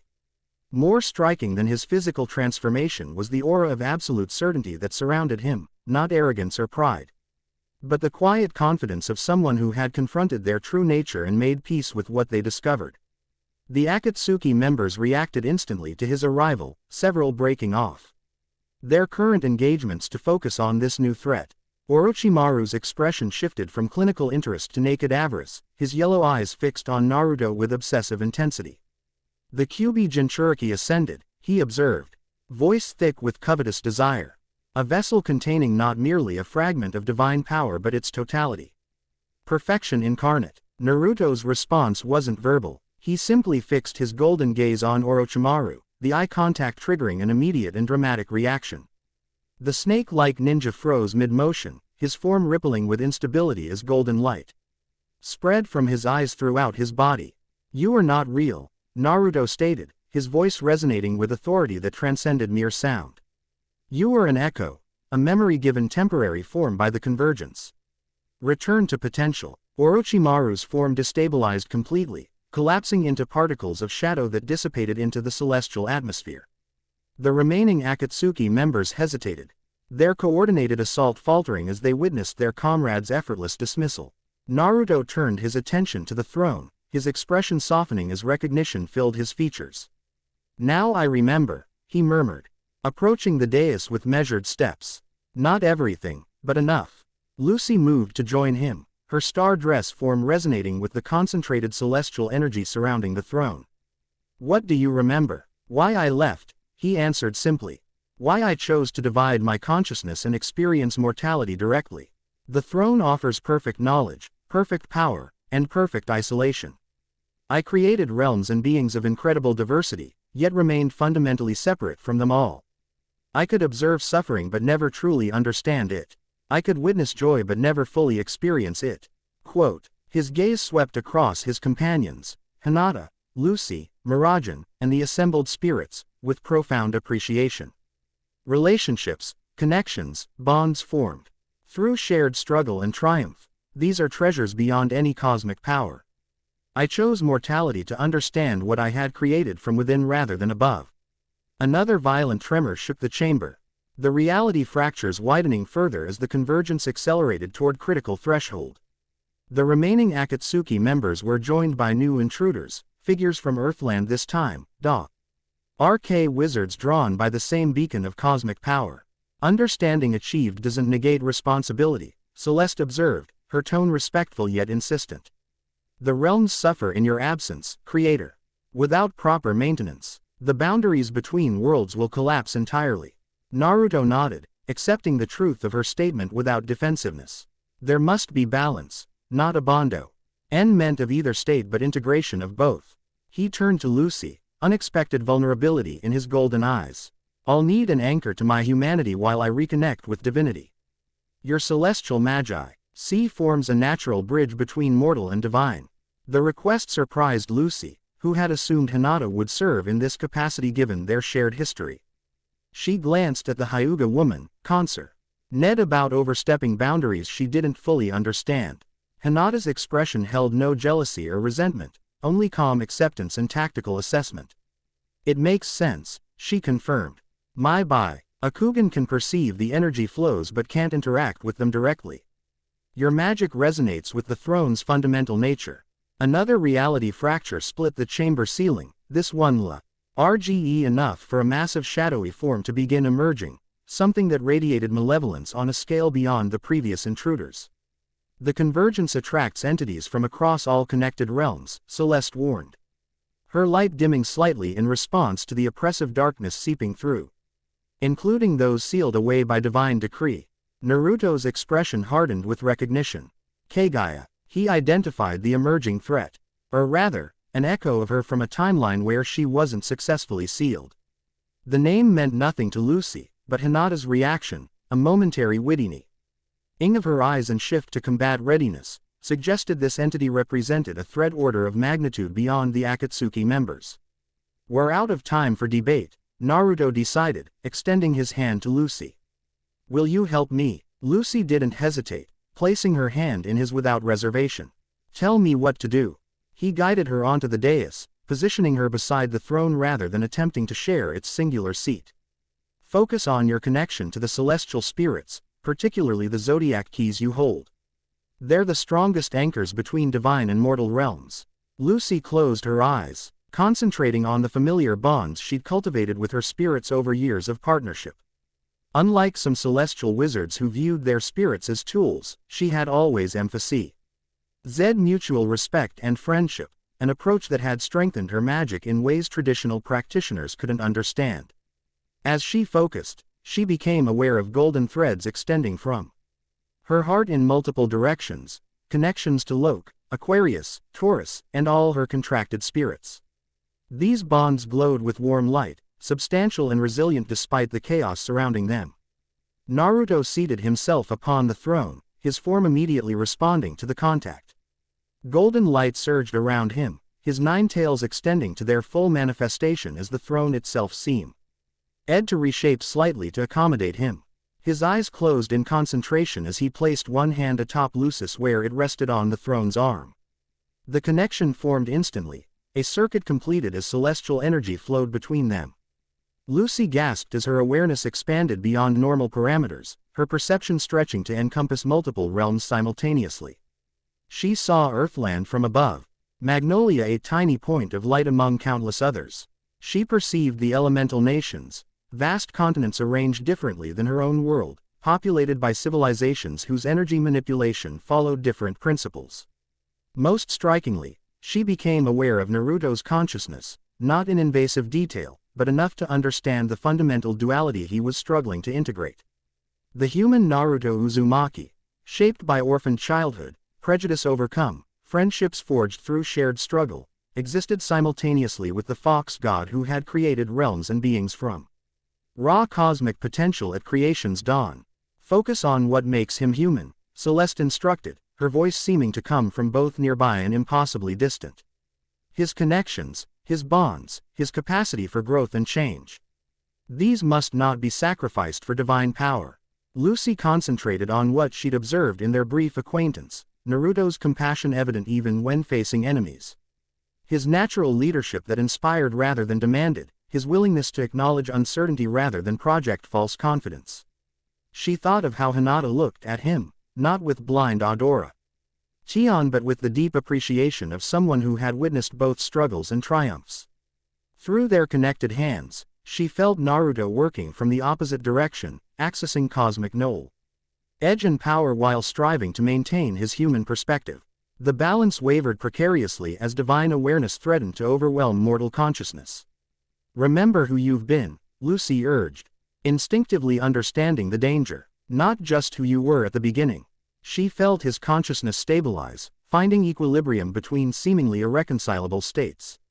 Power flowed from the throne through him, channeled not with the detached perfection of pure divinity but with the hard-won wisdom of someone who had experienced life from within rather than observing from without. Golden light surged outward from the throne in controlled waves, reaching the reality fractures that had spread throughout the chamber. Where this energy touched the broken boundaries, healing Bega. N. Not forcing them closed but reorganizing them into stable, controlled pathways between realms. The massive shadowy figure that had been emerging through the ceiling fracture recoiled as golden light reshaped its entry point, transforming chaotic breach into structured gateway. Without the disruption that had enabled its manifestation, the entity found itself unable to fully materialize, its 4M gradually dissolving back into potential. The remaining Akatsuki members and Dark Wizards faced similar fates. Without the weakened boundaries that had allowed their temporary manifestation, they lacked sufficient substance to maintain presence in the celestial realm. One by one, they destabilized and dissipated, returning to whatever dimensional pockets or timeline variants had spawned them. Through it all, Lucy maintained her connection to Naruto, her celestial magic forming a bridge that helped him retain human perspective amid overwhelming divine awareness. She felt his gratitude flowing through their link, not merely for her current assistance but for representing the very quality that had drawn him toward mortality in the first place, the capacity for meaningful connection between distinct beings. Gradually, the golden light receded to more manageable levels as balance restored throughout the connected realms. The reality fractures didn't close entirely but transformed into street-able pathways, controlled connections rather than chaotic breaches. Naruto opened his eyes, now a fascinating blend of their original cerulean blue with golden radiance that seemed to pulse in rhythm with cosmic forces. His physical appearance had settled into a harmonious integration of human and divine aspects, the vulpine features present but not dominant, the nine tails manifested yet translucent, suggesting their existence in multiple planes simultaneously. The convergence is stabilized, he announced, his voice carrying both human warmth and divine resonance. Not prevented but guided INTO controlled alignment rather than catastrophic collapse. Lucy gradually withdrew her hand from his, the expanded awareness receding though not disappearing entirely. She felt fundamentally changed by the experience, not in her magic's nature but in her understanding of its source and context within the broader cosmos. The boundaries between realms will remain more permeable than before, Naruto explained as he rose from the throne, which continued glowing with subdued golden light. Travel between Earthland and the elemental nations will become possible through specific gateway points, though not without preparation and focus. Quote, Hinata approached, her Byakugan deactivated though her eyes retained a subtle luminescence they hadn't possessed before. Konoha, she questioned simply. Safe. Naruto confirmed with evident relief. The stabilization extends to all connected realms. The void parasites have retreated to the spaces between dimensions, their food source no longer available. Mirajan had reverted to her human form, though subtle changes suggested her experience in the celestial realm had affected her takeover magic in ways that would require exploration. And Fairy Tail, Magnolia, also safe, Naruto assured her, though they'll have questions about what happened, and about us. Lucy found herself suddenly exhausted, the adrenaline of combat and strain of serving as metaphysical anchor catching up simultaneously. She swayed slightly, steadying herself against the throne's dais. You've channeled divine energy through a mortal frame, Celeste observed, her form having returned to its original elegant appearance. Few humans could have maintained coherence under such conditions. Rest is both deserved and necessary. Naruto nodded in agreement, genuine concern in his expression as he studied Lucy. We should return to Earthland. Your physical form needs recovery, and explanations are owed to your guild. What about you? Lucy questioned, genuine curiosity underlying her fatigue. Will you stay here now? Reclaim your position permanently? A smile touched Naruto's features, one that contained both ancient wisdom and youthful determination in equal measure. Balance doesn't mean choosing one state over another. I've restored the connection, but that doesn't require constant presence. The throne's power can be accessed remotely now that proper channels have been re-established. You're coming back with us, then, Hinata concluded, satisfaction evident in her tone despite her typically reserved demeanor. With periodic returns here to maintain alignment, Naruto clarified. Both worlds have claims on me now, responsibilities I won't abandon. The concept resonated deeply with Lucy, whose own dual commitments to Fairy Tail and her celestial spirits had shaped her magic and identity. The parallels between her relationship with the spirit realm and Naruto's cosmic responsibilities struck her as both profound and strangely comforting. The pathways between worlds will require guardians, Celeste noted, her cosmic gaze moving thoughtfully between the assembled mortals. Those who understand both sides, who can navigate the boundaries with wisdom and discernment. Is that a job offer? Lucy asked, only half joking despite her exhaustion. More in acknowledgement of what has already begun, the spirit replied cryptically. Magic has evolved through contact with divine power. The celestial spirits will respond differently to you now, as partners in maintaining cosmic balance rather than merely contracted entities.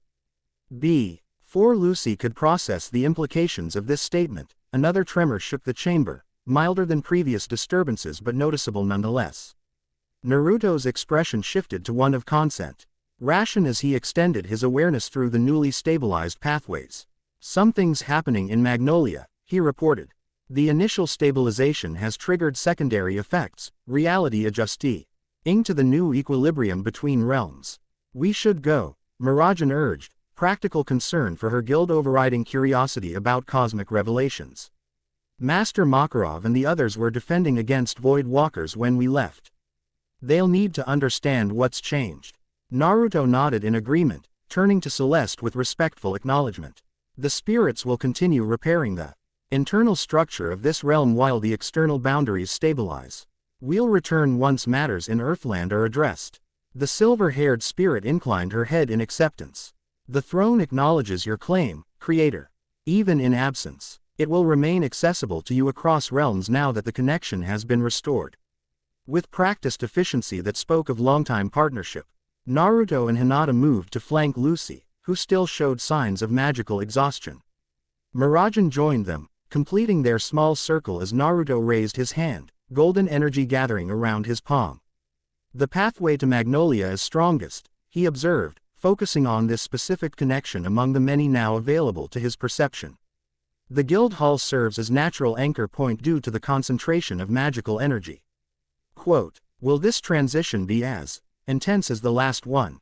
Lucy questioned, remembering the disorienting experience of their journey to the celestial spirit world. A smile touched Naruto's features. Now that proper channels are established. No, more like stepping through a door than diving through reality. He executed a series of precise hand movements. Golden energy coalescing into a circular gateway that expanded until it was large enough for comfortable passage. Through its circumference, they could see the interior of the fairy tale guild hall. The scene visible was not the chaotic battle they had left behind. Instead, they observed what appeared to be a council of war. Makarov and other senior guild members gathered around a table covered with maps and documents. Their expressions grave as they discussed strategy. Urza stood slightly apart, her armor bearing evidence of recent combat though she herself appeared uninjured. They're planning rescue operations, Mirajan realized, her enhanced vision picking up details others might miss. Looking for us, most likely.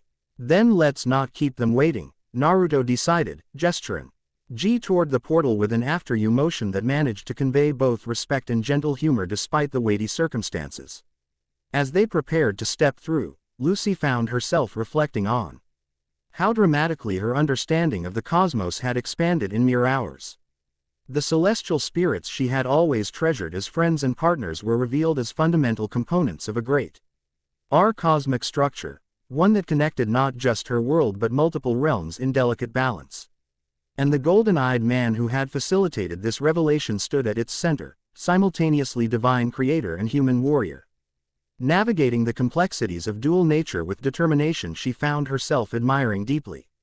Whatever challenges awaited in Magnolia, she suspected this was merely the beginning of a much larger story involving both their worlds. With that thought firmly in mind, she stepped through the portal, back to Earthland but carrying knowledge and connection to something far greater than she had imagined possible mere days before. The boundaries between worlds had been reshaped, and with them, the possibilities for what might follow. Chapter 2 and Chapter 3, The Celestial Prophecy. The fairy tale guild hall erupted into chaos the moment Naruto, Lucy, Hinata, and Mirajan stepped through the golden portal. Maps scattered, chairs toppled, and several guild members arly collided in their rush to greet the returning party. The cacophony of voices, relief, questions, exclamations of surprise, created a wall of sound that momentarily overwhelmed even Naruto's enhanced senses. Makarov Dreyar, diminutive in stature but commanding in presence, raised one hand. The gesture, simple yet laden with authority, immediately quieted the clamor. "It seems," he observed with masterful understatement, "that your expedition was eventful." Lucy couldn't help but laugh, a release of tension that bordered on hysteria. "Master, you have no idea. Actually, we might," Urza countered, stepping forward. Her sharp eyes catalogued the subtle changes in each returnee, particularly the golden luminescence that still lingered in Naruto's irises and the faint celestial patterns that now adorned Lucy's skin like luminous tattoos. "Something fundamental changed while you were gone. We felt it everywhere." Reality itself seemed to shift. Naruto nodded, his posture relaxed yet somehow conveying both human approachability and something indefinably other.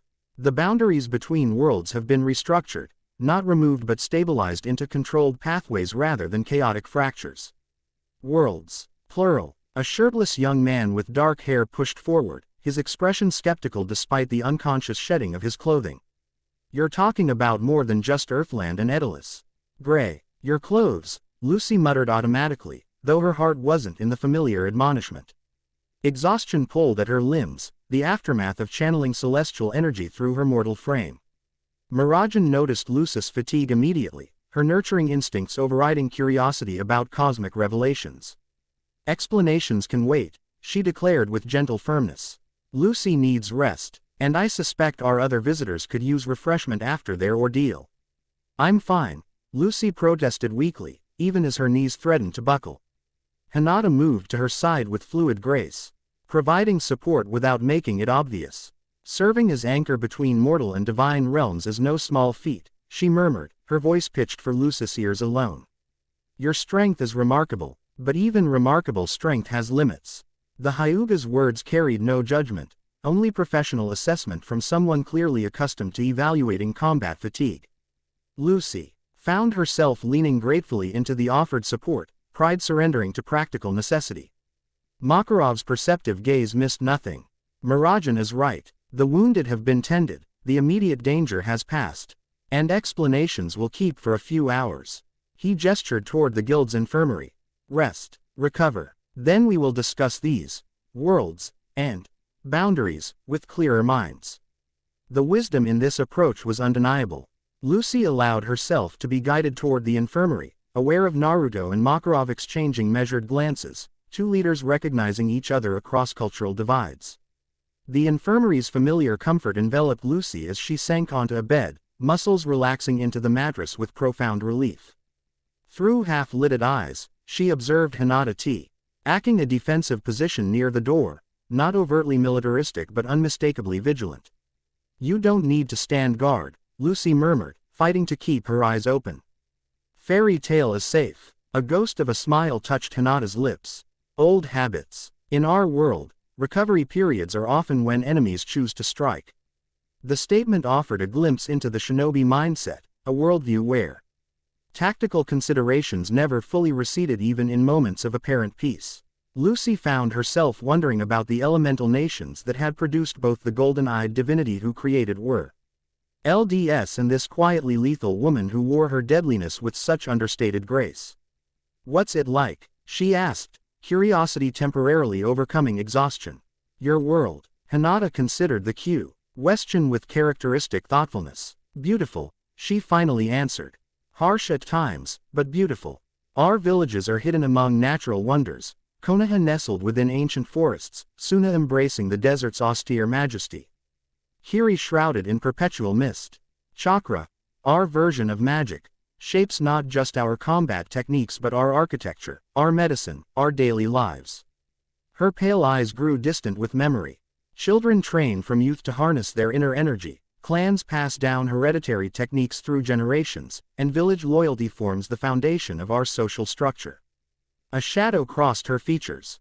"We've had our wars, devastating conflicts that reshaped nations and left scars across the landscape. But there has been peace in recent years, hard-won through sacrifice and cooperation."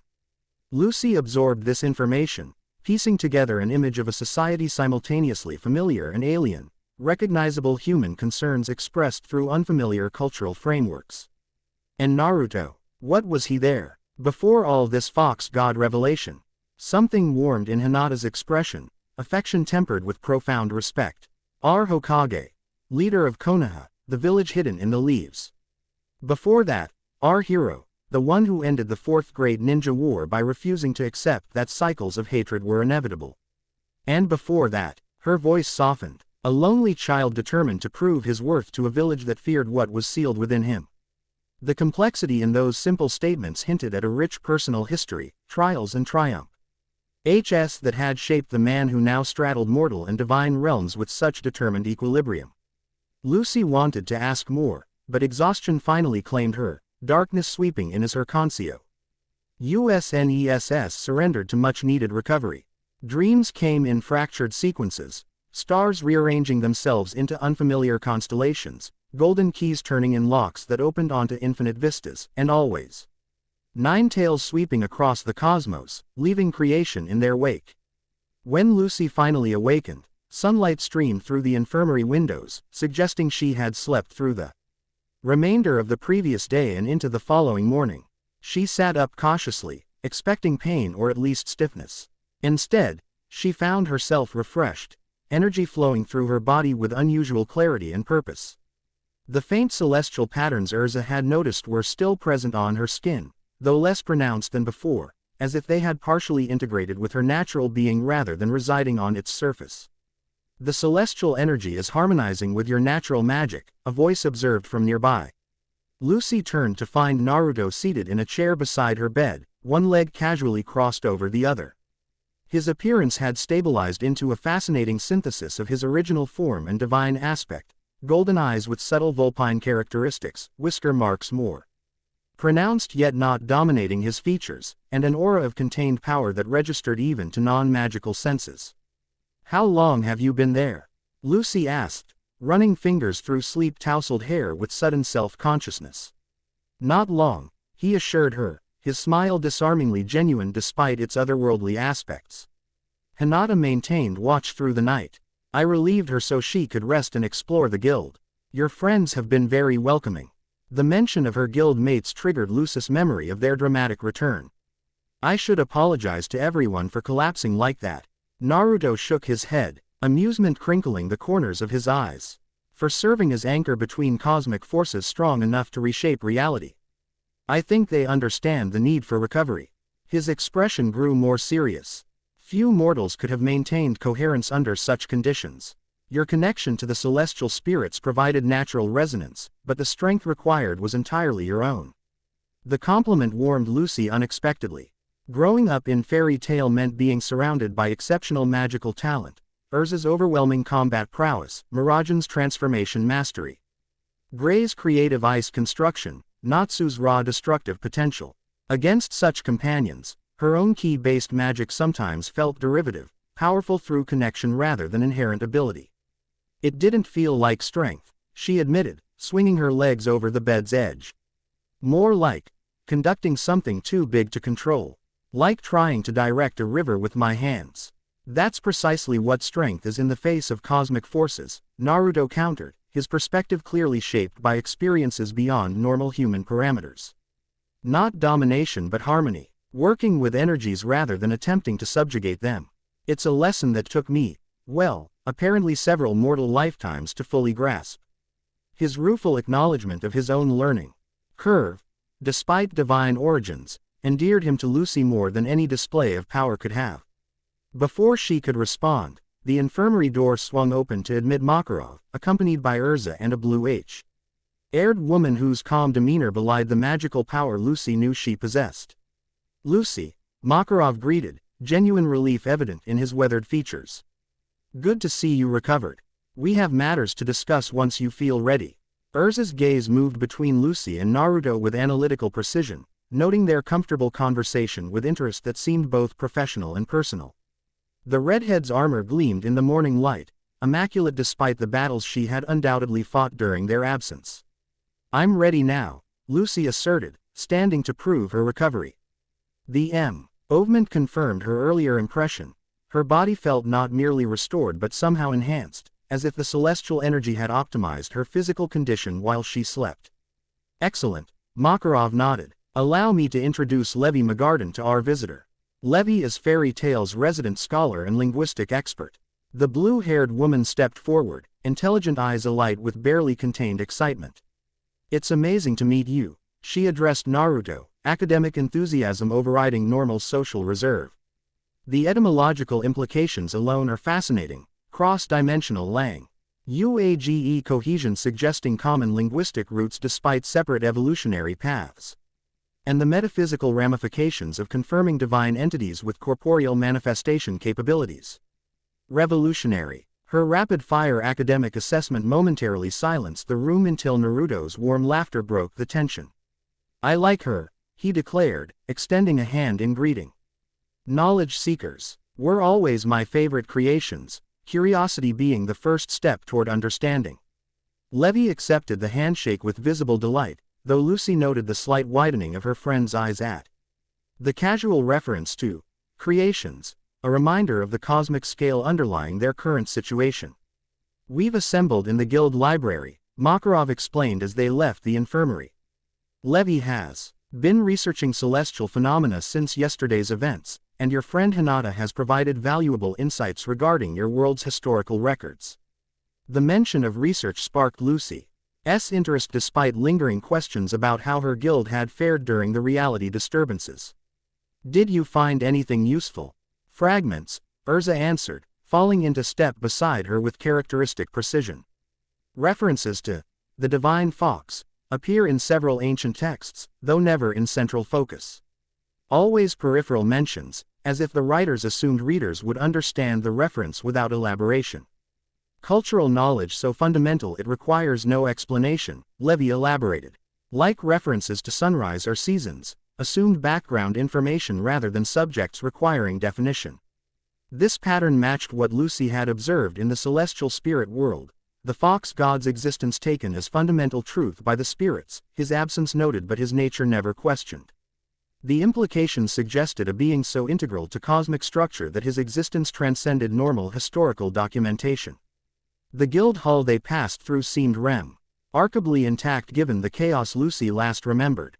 Members engaged in their usual activities, Kana drinking at the bar despite the early hour, Elfman loudly proclaiming something to be manly, Juvia watching Gray with devoted attention. Normalcy had reasserted itself with typical fairy tale resilience. Several members called greetings to Lucy, their casual tone belied by the careful assessment. In their eyes, noting her changed appearance and the company she kept. Natsu was conspicuously absent, though Happy zoomed over to hover at eye level, his feline features unusually serious. Lucy, you look different. Glowier. The Exceed circled her with critical evaluation. And you smell like stars. Is that even possible? Lucy questioned, simultaneously amused and intrigued by the observation. Apparently, Happy confirmed before turning his attention to Naruto. Natsu wants to fight you, by the way.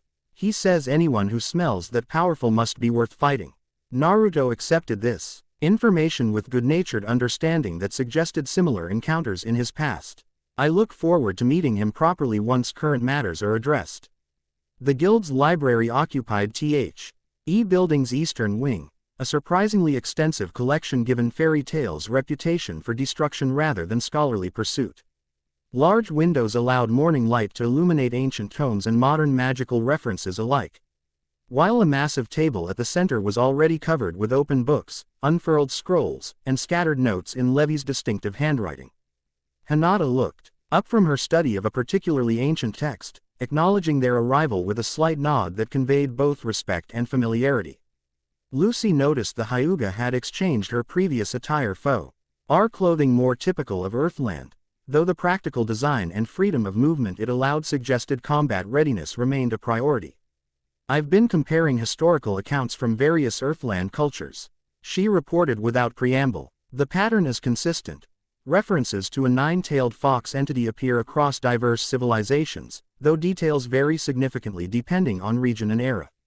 Same with celestial magic documentation, Levi added, gesturing toward a separate stack of references. Early texts describe celestial spirits as extensions of the divine fox. S will, and keys as pathways created by the Guardian of Realms. Later documentation loses these specific attributions, focusing instead on practical usage and contract formations.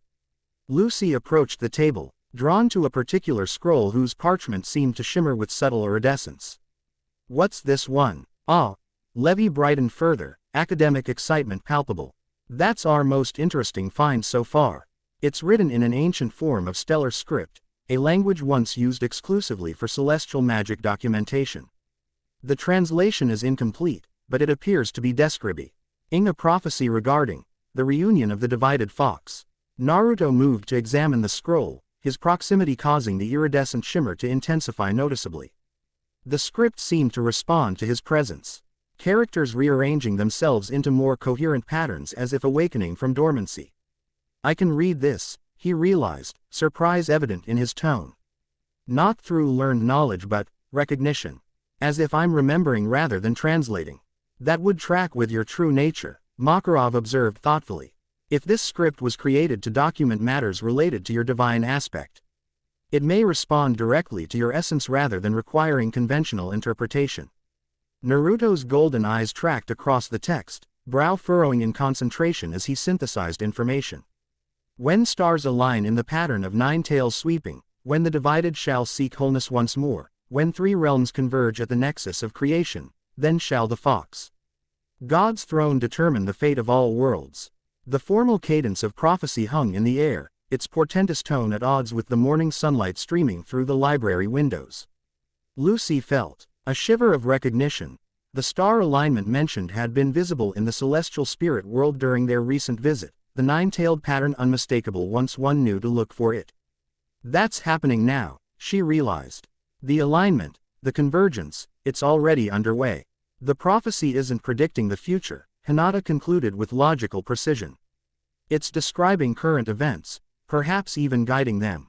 Levy rifled through another stack of documents with practiced efficiency, extracting a star chart marked with recent annotations.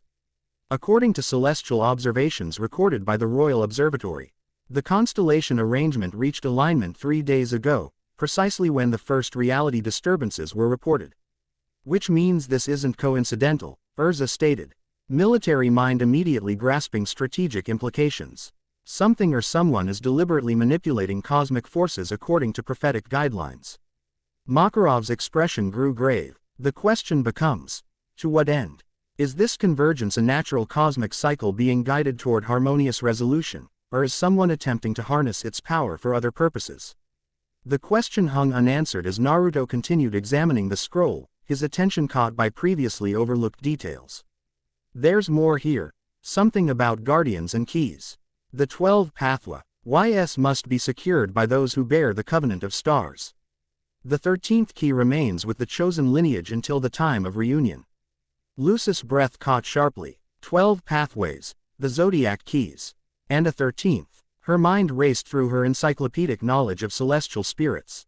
"There's no documented 13th zodiac key." "Perhaps not documented in conventional records," Makarov suggested, "but potentially preserved through other means." Naruto's gaze shifted to Lucy, unexpected recognition dawning in his expression. "Your family name, Heartfilia. It resonates with something in these texts." His fingers traced a specific sequence of characters. "Here, the Heart Thread family shall safeguard the covenant across generations, their bloodline blessed with affinity for the stars." The revelation struck Lucy like physical impact, pieces of her family history suddenly realigning in new patterns. Her mother's unusual affinity for celestial magic, the Heartfilia estate's C. Urias architecture with its celestial motifs, even her father's obsessive protection of the family legacy, all potentially connected to a cosmic responsibility she'd never suspected. "My mother had a strange key," she recalled, the memory surfacing with surprising clarity. "Not gold or silver like standard celestial keys, more like crystal with golden inlay. She never used it in my presence, and after her death, I couldn't find it among her possessions." "The 13th key," Hinata suggested, connecting threads with characteristic perceptiveness.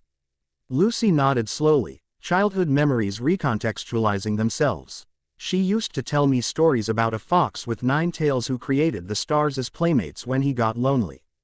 I always thought they were just bedtime tales she invented. Quote, "Often the most profound truths are preserved in stories deemed suitable for children," Makarov observed, wisdom born from decades of leadership evident in his tone. Simplified perhaps, but maintaining essential elements across generations. Quote, Levy had continued examining additional references while this discussion unfolded. According to this historical account, the Heartfilia family was original L.Y. part of an order called the Celestial Covenant, practitioners dedicated to maintaining harmony between mortal and spirit realms. That aligns with records in our world as well, Hinata contributed, surprising everyone. During my research with Levy, I found references to a clan called Kokura no Ito, literally, heart thread, when translated, who served as intermediaries between humans and spirit UAL entities before the founding of the hidden villages. The parallel naming convention across dimensions could hardly be coincidental. Lucy felt momentarily overwhelmed by implications, her family H.I. story extending beyond Earthland into cosmic responsibility that transcended conventional understanding. So the 13th key, she began, trying to process these revelations, would likely have been passed down through your family line, Naruto completed her thought. Potentially hidden or disguised when direct knowledge of its purpose faded across generations. A new urgency infused their research.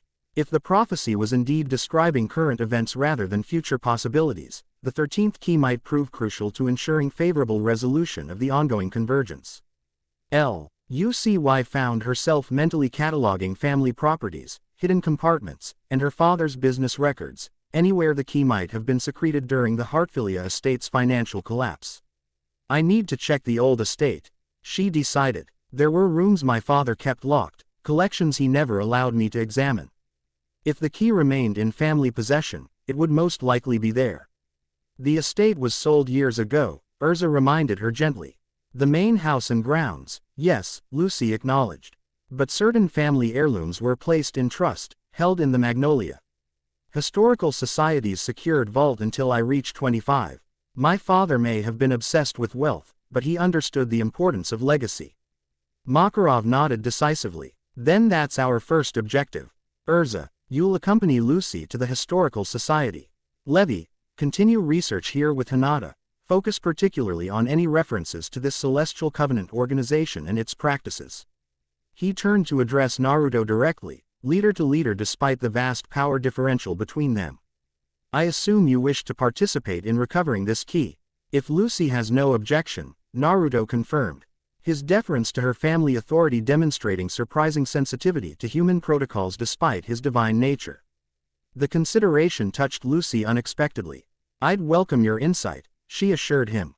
Especially since you might recognize things I would overlook.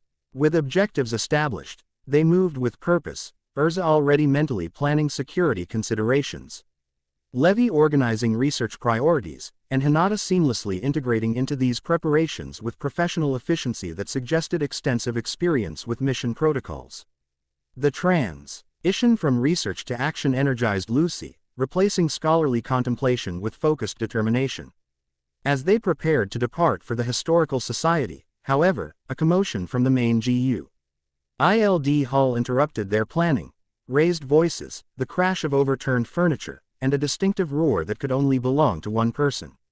Natsu, Lucy identified with equal parts affection and exasperation. His timing remains impeccable. They emerged from the library to find the pink-haired dragon slayer standing amid overturned tables, flames dancing around his clenched fists as he scanned the guild hall with predatory focus. The moment he spotted Naruto, his expression transformed into fierce delight. There you are, he exclaimed, pointing dramatically. Happy said you're sup, powerful and smell like something ancient. Fight me. The direct challenge, issued without preamble, political consideration, or apparent concern for cosmic implications, epitomized Natsu's approach to life. Several guild members groaned in familiar resignation while others subtly adjusted their positions to minimize potential blast damage. Lucy expected irritation or at least confusion from Naruto in response to this abrupt confrontation. Instead, she was surprised to see genuine amusement light his features, recognition rather than offense animating his expression.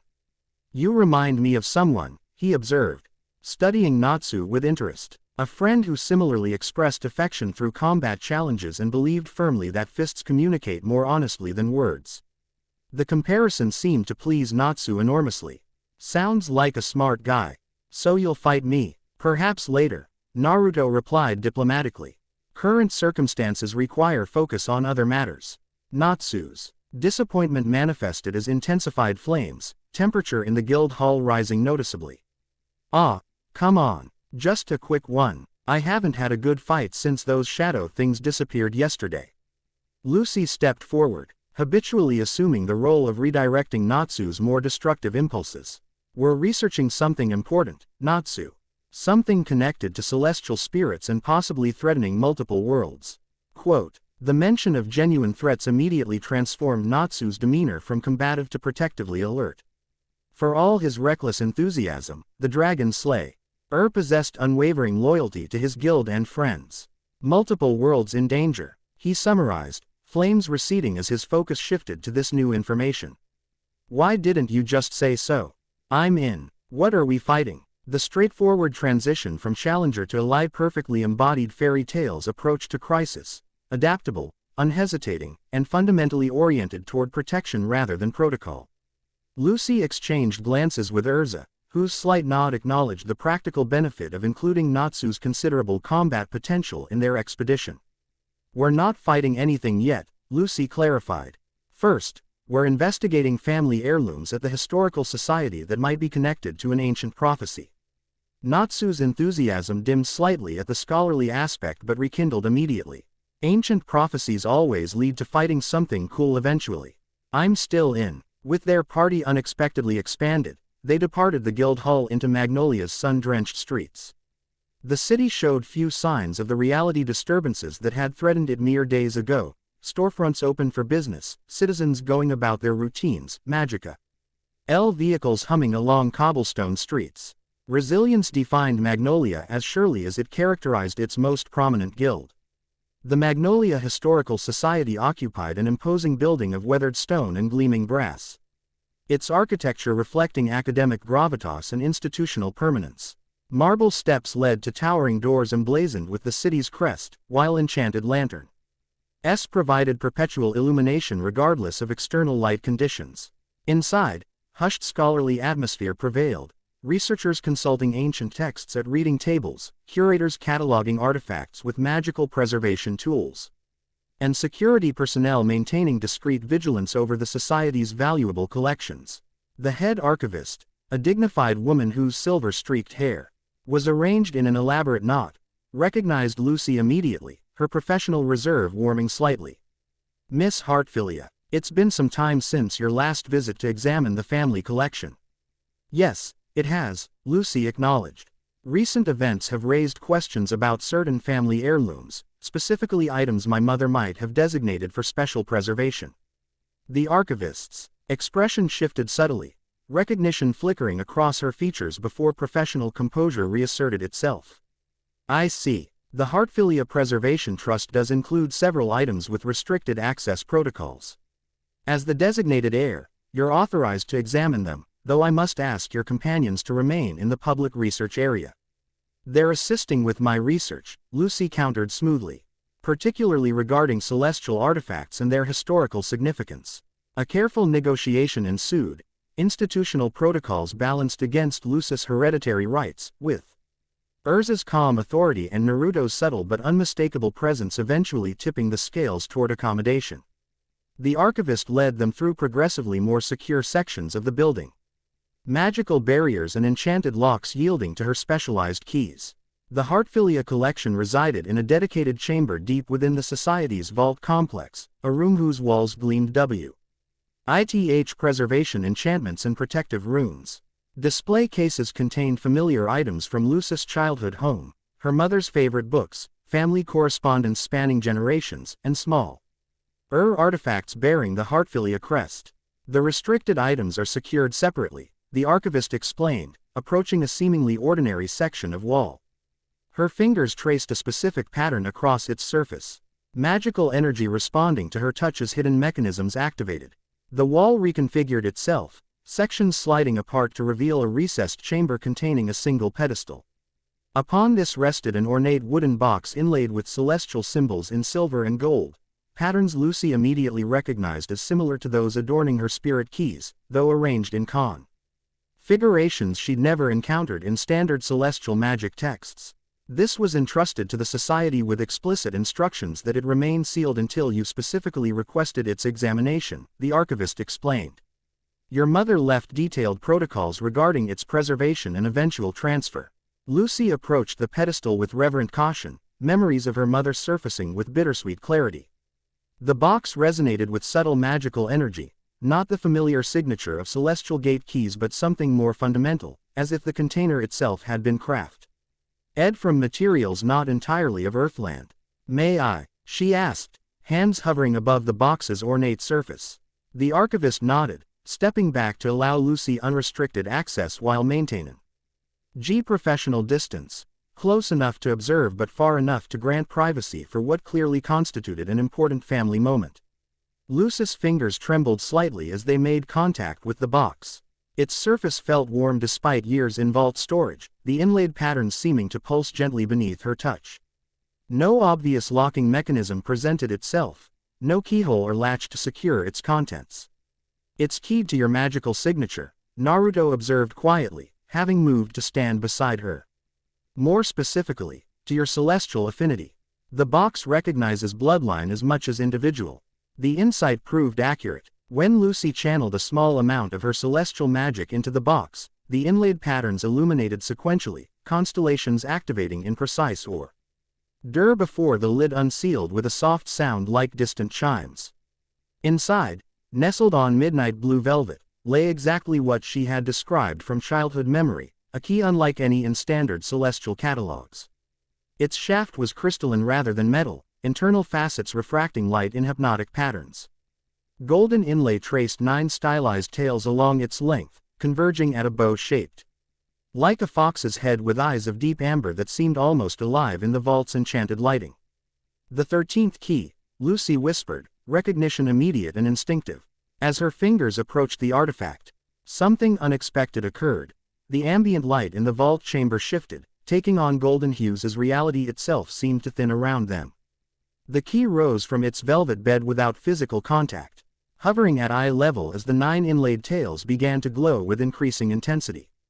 The archivist retreated further, professional composure momentarily abandoned as she witnessed phenomena far outside institutional protocols. Natsu moved forward instinctively, protective instincts activated by the unexplained magical manifestation. "It's responding to proximity," Naruto explained, his own form subtly shifting as divine aspects became more pronounced in response to the key's activation. "To my presence and to your bloodline connection simultaneously." The key rotated slowly in midair, its crystalline structure capturing and refracting the golden light in increasingly complex patterns. Where these refracted beams touched the vault walls, images began to form. Not projected illusions but windows into other places. Lucy recognized the celestial spirit world in one, Magnolia in another, and what she presumed to be the elemental nations in a third. "It's a master key," she realized. Celestial magic knowledge providing context for the artifact's behavior.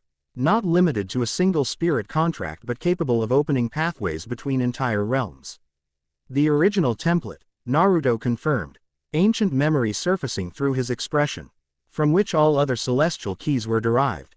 I created it at the dawn of time to allow controlled passage between worlds, then entrusted it to those who understood the responsibilities such power entailed." The revelation should have been shocking, yet it settled into Lucy's understanding with natural ease. As if some part of her had always known her family's connection to cosmic forces extended beyond conventional celestial magic. As the key continued its mesmerizing rotation, a new image appeared. The refractions, a mountainous landscape shrouded in mist, centered on a modest structure that seemed partially integrated with its natural surroundings. An elderly figure moved within this dwelling, their features indistinct yet somehow familiar to Lucy though she couldn't place the recognition. "The celestial hermit," Naruto identified, surprising everyone. "I didn't remember until seeing this image. But there was always one mortal keeper who maintained direct knowledge of the key's purpose, a position passed to chosen successors rather than through bloodline. They serve as living repositor." Why? For information too dangerous to record in texts. Another layer of protection, Urza deduced, strategic mind appreciating the security implications. Separating physical artifact from knowledge of its use. Lucy reached toward the hovering key, drawn by both family connection and magical affinity. As her fingers approached, the key's rotation slowed, its position adjusting as if preparing to settle into her grasp. The moment never completed. A thunderous crash shattered the vault's scholarly quiet as the main entrance security barriers collapsed under massive magical assault. Alarms activated throughout the building. Enchanted warnings pulsing with crimson light as the Society's defensive protocols engaged. "We have intruders," the archivist announced unnecessarily, professional T. Raining reasserting itself as she activated additional security measures from a hidden panel near the display cases. Urza's armor transformed instantly, battle form replacing standard attire as she positioned herself between potential threats and her companions. Natsu's excitement at impending combat manifested as flames wreathing his clenched fists, his expression shifting from boredom to fierce anticipation. The key's response to the disturbance was immediate and dramatic, its golden glow intensified blindingly before it shot upward, passing through solid ceiling as if physical barriers held no meaning for it. The refractory images disappeared along with it, leaving the vault chamber in comparative darkness. "It's protecting itself," Naruto realized, golden eyes tracking the key's passage beyond normal visual range. Removing itself from immediate danger while maintaining connection to its designated bloodline. Before Lucy could process this development, the vault chamber's reinforced door buckled under focused magical assault. Through the damaged entrance strode a figure whose appearance triggered immediate recognition despite his changed attire, one of the Void Walkers they had confronted in the celestial spirit world, though now wearing human guise rather than shadow form. The Fox God and the Covenant heir in one location, the intruder observed, voice carrying Harmon. "I see distortion that betrayed non-human origins despite humanoid appearance. Fortuitous." Behind this leader came others, a dozen figures in matching attire whose movements suggested military precision despite civilian disguise. They spread through the vault chamber with coordinated efficiency, securing exit points while their leader maintained focus on Naruto and Lucy. "The parasites have adapted," Naruto noted, his stance shifting subtly to combat readiness while maintaining conversational tone. Learning to maintain cohesive form in human realms rather than requiring dimensional fractures to manifest. "Evolution occurs when necessary," the leader acknowledged without apparent offense at the parasite designation. "Your restructuring of interdimensional boundaries required corresponding adjustments on our part." Lucy positioned herself near the empty pedestal, celestial magic gathering around her hands as she prepared to defend the family collection. Questions crowded her mind: how these entities had tracked them, what they wanted with the key, and why they maintained human dialogue rather than immediately attacking. Urza provided partial answers by taking direct approach. "State your purpose," she demanded, sword materializing in her hand with practiced ease. "What do you seek here?" The leader's attention shifted briefly to Urza, assessing and dismissing her as secondary threat in the same glance. "We serve the final alignment, the completion of convergence that your Fox God initiated then abandoned. The 13th key is necessary to finish what was started at creation's dawn." "That's not very specific," Natsu complained, flames intensifying around his fists. "Are you planning something evil or what? Because you smell evil." A sound approximating laughter urged from the leader, not genuine amusement but mimicry of human expression. "Concepts like evil are meaningless across cosmic scales. We seek completion, the merging of realms into unified whole as was originally intended before the Fox God lost courage and established artificial boundaries." This characterization visibly impacted Naruto, recognition flashing across his features. "The Void Collective," he identified, ancient memory surfacing through expression. "You opposed separation from the beginning, argued that differentiation itself was cosmic error. And time has proven us correct," the leader countered. "Fragmentation bred conflict, boundaries created opportunity for imbalance, and your own actions demonstrate the ultimate failure of separation. Why else would you, creator of boundaries, now work to thin them?" The philosophical debate might have continued if not for Natsu's characteristic impatience with extended dialogue. "Enough talking," he declared, launching himself. toward the nearest intruders with flaming fists leading his charge. Fire Dragon's Iron Fist. The attack connected solidly, sending one disguised Void Walker crashing into a display case. The impact triggered immediate response from the others, their human appearances dissolving partially to reveal the insectoid characteristics beneath as they engaged in coordinated assault. Combat erupted through UGH out the vault chamber, Urza's blades finding targets with surgical precision, Natsu's fire techniques creating strategic chaos among the enemy ranks, and the Archivist revealing unexpected combat capability as she activated defensive enchantments woven into her seemingly ceremonial robes. Naruto moved with fluid efficiency that suggested extensive battlefield experience, his techniques blending physical combat with energy manipulation in ways Lucy had never witnessed. Golden chakra extended from his hands in controlled bursts, disrupting the Void Walker's cohesion with each precise strike. Lucy called upon her celestial magic, keys gleaming as she prepared standard summoning. Before she could complete the ritual, however, she felt unexpected resistance, not failure of her magic but alteration in its expression. The keys dissolved into golden light similar to her star dress transformation in the celestial spirit world, though with distinct differences in manifestation. Star Echo. Taurus form. She heard herself declare, the incantation emerging instinctively rather than from conscious decision. Power surged through her body, transforming but not completely replacing her appearance as star dress normally would. Instead, a translucent overlay manifested, Taurus's distinctive attributes and capabilities integrating with her own form rather than creating temporary replacement. Strength beyond human parameters flowed through her muscles, allowing her to intercept a Void Walker's strike and counter with force that sent the creature crashing through reinforced walls. Your magic evolves, Naruto observed between his own engagements, golden chakra forming protective barriers around vulnerable artifact displays. The celestial energy you channeled in the spirit world has permanently altered your connection to your spirits.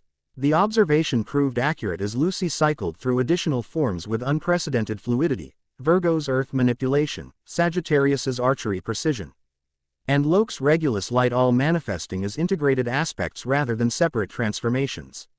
Each spirit's power remained accessible simultaneously rather than requiring individual summoning or form switching. Despite this magical evolution providing combat advantage, the Void Walker's numbers and coordination presented serious challenge, particularly in confined quarters. Natsu's more destructive techniques risked damaging irreplaceable historical artifacts. Thereafter the key, Urza called out, her tactical assessment cutting through battle chaos. These aren't all the intruders, this is a diversion. Quote, the revelation triggered immediate realization in Lucy, the key's self-protective flight hadn't been random but directed toward specific destination. Using her enhanced celestial senses, she detected its energy signature moving rapidly across Magnolia toward the eastern forest. I can track it, she informed her companions, deflecting another attack with Loke's light-infused counter. But we need to break away from this engagement. Naruto nodded in understanding, his hands forming unfamiliar configuration as golden energy gathered around him. Shadow Clone Jutsu. The technique manifested differently than his previous usage in the celestial spirit world, more controlled, creating only 3 duplicates rather than hundreds, each radiating substance teal power rather than dividing his strength across multitudes. The clones engaged the Void Walkers with coordinated precision, creating defensive perimeter around Lucy, Urza, and Natsu. Go, the original Naruto instructed, maintaining control of the battlefield situation. I'll contain these parasites and follow your energy signature once they're neutralized. Urza hesitated momentarily, straight. GIC mind calculating risks of divided forces versus advantages of pursuing primary objective. Are you certain? The confidence in Naruto's answering smile reminded Lucy of their first meeting, not AR.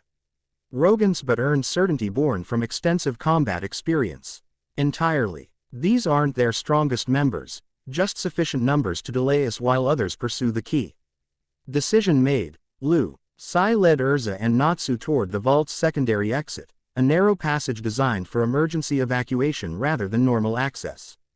As they navigated the historical society's back corridors, Lucy maintained focus on the key's distant energy signature, tracking its movement through Magnolia's eastern outskirts. It's moving purposefully, she reported as they emerged into afternoon sunlight, civilization gradually giving way to wilderness as they pursued their target. Not randomly fleeing but heading toward specific destination. The mountain hermitage we glimpsed in the refraction image, Urza suggested, re-equipping into armor designed for rapid pursuit, its streamlined configuration allowing maximum speed. That would make strategic sense, Lucy agreed. If the key seeks protection, the celestial hermit would be its logical destination. Natsu, running alongside them with characteristic endurance, seemed less interested in destination than potential confrontation awaiting them. How many bad guys do you think are chasing it? Enough for all of us to get good fights. Lucy might have sighed at his combat-centric worldview if not for the genuine concern underlying his questio. Natsu's way of ensuring fair distribution of protective responsibilities among teammates. I sense at least 5 energy signatures converging on the key's position, similar to those we faced in the vault but stronger. Elite operatives, Urza translated, military mind immediately grasping tactical implications. The vault attackers were merely foot soldiers, these would be command-level threats. The forest thickened around them as they pressed forward, vegetation transitioning from magnolias cultivated woodlands to old-growth forest that predated human settlement. Lucy felt increasing resonance between her evolved celestial magic and their surroundings, as if the natural environment itself recognized and responded to her changed energy signature. The key's trail led upward as terrain shifted from forest to rocky foothills, the beginning of mountain range that extended beyond Fiore's eastern borders into neighboring kingdoms. Here, magical energy patterns grew more complex, natural ley lines intersecting with what Lucy recognized as deliberately established boundary enchantments. We're approaching warded territory, she warned her companions, celestial senses detecting layered magical protections ahead. Ancient defenses, similar to celestial gate structures but adapted for territorial security. Urza nodded in acknowledgement, her own magical sensitivity confirming Lucy's assessment. Can you determine their nature? Harmful or merely restrictive? Selective, Lucy decided after careful evaluation. They're designed to recognize and admit those with specific magical signatures while redirecting others. My celestial affinity should allow passage, particularly given bloodline connection to the key. This prediction proved accurate when they encountered the first visible boundary marker, a stone pillar inscribed with celestial symbols similar to those adorning the wooden box in the Historical Society vault. The magic emanating from this marker shifted as Lucy approached, patterns reconfiguring from restriction to acceptance as they recognized her energy signature. The wards accept you as authorized, Urza observed as the boundary magic parted like invisible curtain, creating clear passage while maintaining integrity against potential threats. They progressed through successive security layers, each more sophisticated than the last, testaments to Centuri's of careful magical engineering designed to protect what lay at the mountain's heart. Throughout this ascent, Lucy maintained awareness of both the key's position ahead and the pursuing void walkers, noting with concern that the latter were navigating the security measures with unexpected ease. They're adapting to the ward patterns, she reported, pace quickening as tactical situation clarified. Not breaking through directly but mimicking authorized signatures to deceive the boundary magic. Parasitic behavior at magical level, Urza concluded with professional disgust. Appropriating security protocols rather than overwhelming them. So they're cheaters, Natsu summarized with characteristic simplification. Good thing we're catching up to punch them anyway. His assessment contained unexpected accuracy. Their pursuit had indeed gained ground during the boundary navigation, the distance between their party and the void walkers diminishing as they approached what appeared to be their common destination. The hermitage itself proved less imposing than Lucy had anticipated, a modest structure integrated with natural cave formation, its architecture emphasizing harmony with surroundings rather than imposing human design upon landscape. Ancient trees provided natural canopy above moss-covered stone walls, while carefully tended garden plots suggested self-sufficiency rather than isolation from natural cycles. No obvious occupant greeted their arrival, though Lucy sensed movement within the dwelling, careful, measured activity suggesting neither panic nor complacency about approaching visitors. The 13th key hovered near the hermitage entrance, its crystalline structure pulsing with golden light that intensified as Lucy drew nearer.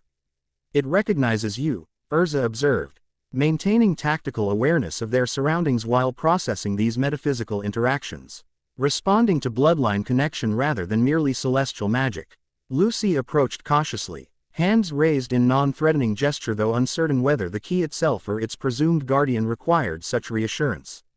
As her fingers extended toward the hovering artifact, the hermitage door opened to reveal its occupant, an elderly woman whose appearance momentarily startled Lucy with unexpected familiarity.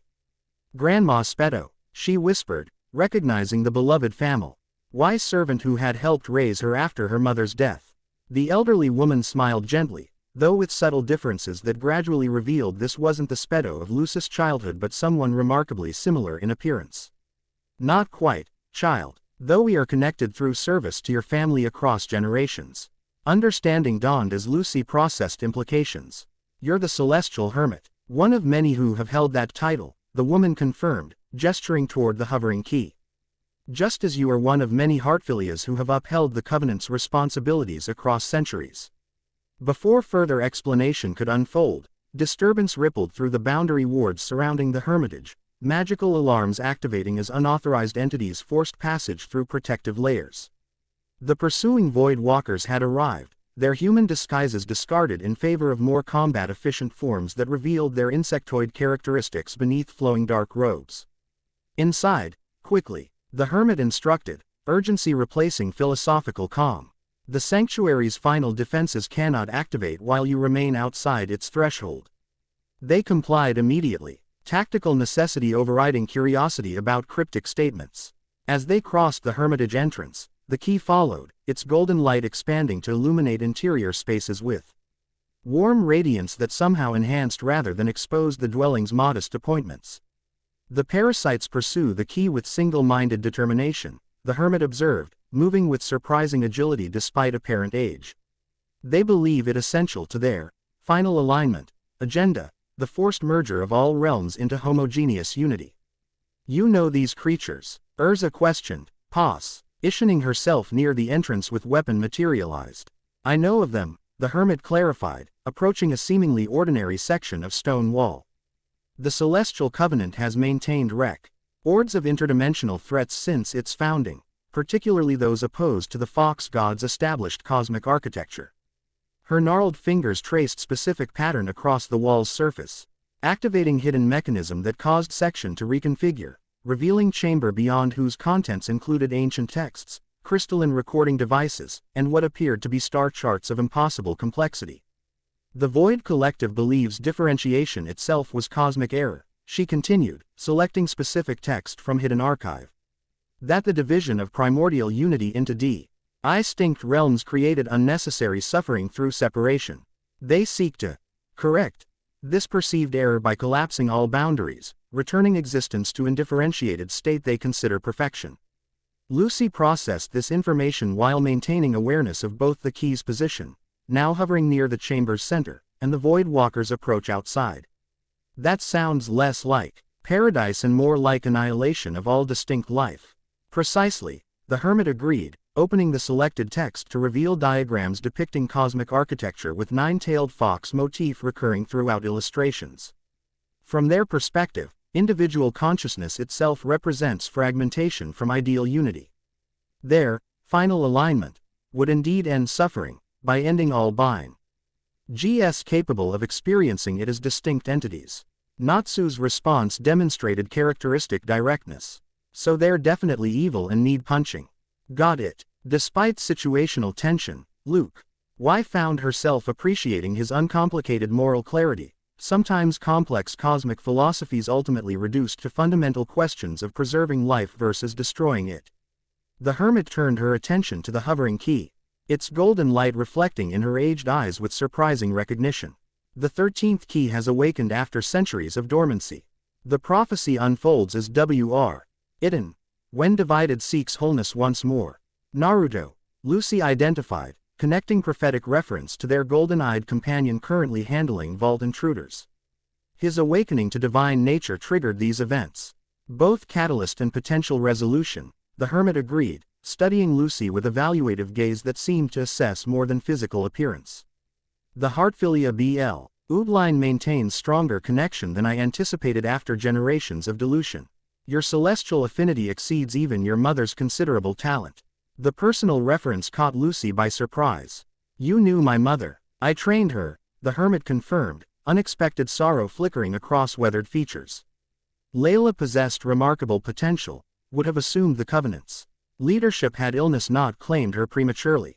This revelation added another dimension to Lucy's understanding of her family history, her mother's celestial magic representing not merely persona.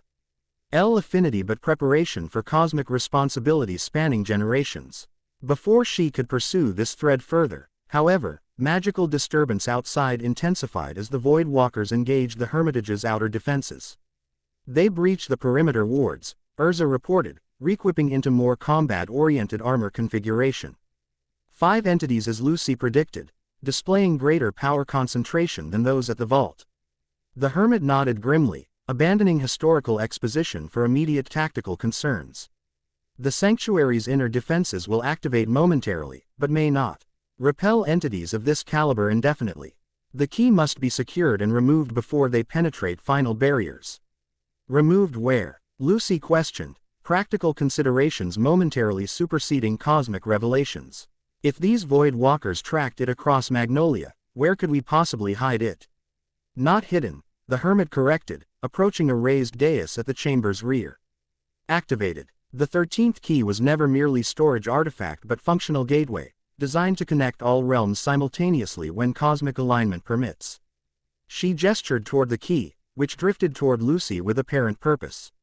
As Covenant heir with celestial affinity, you can initiate preliminary activation sequence. When the Fox God arrives, full functionality can be restored, Alawi. Controlled convergence rather than chaotic collapse between dimensions. Lucy hesitated, the weight of responsibility momentarily overwhelming despite her considerable magical experience. I don't know the activation procedure, or even precisely what the key does beyond general gateway function. Your blood remembers what your mind cannot, the hermit assured her, guiding her toward the dais with gentle pressure. The activation sequence is encoded in Heartfilia lineage, accessible through intent rather than conscious knowledge. Outside, combat sounds intensified as Natsu engaged the Saint Void Walkers to breach outer defenses, his distinctive battle cries and fire techniques creating momentary advantage against entities unaccustomed to Dragon Slayer magic's primal nature. Urza joined him with characteristic precision, her blades finding vulnerabilities in the parasites, partially manifested forms.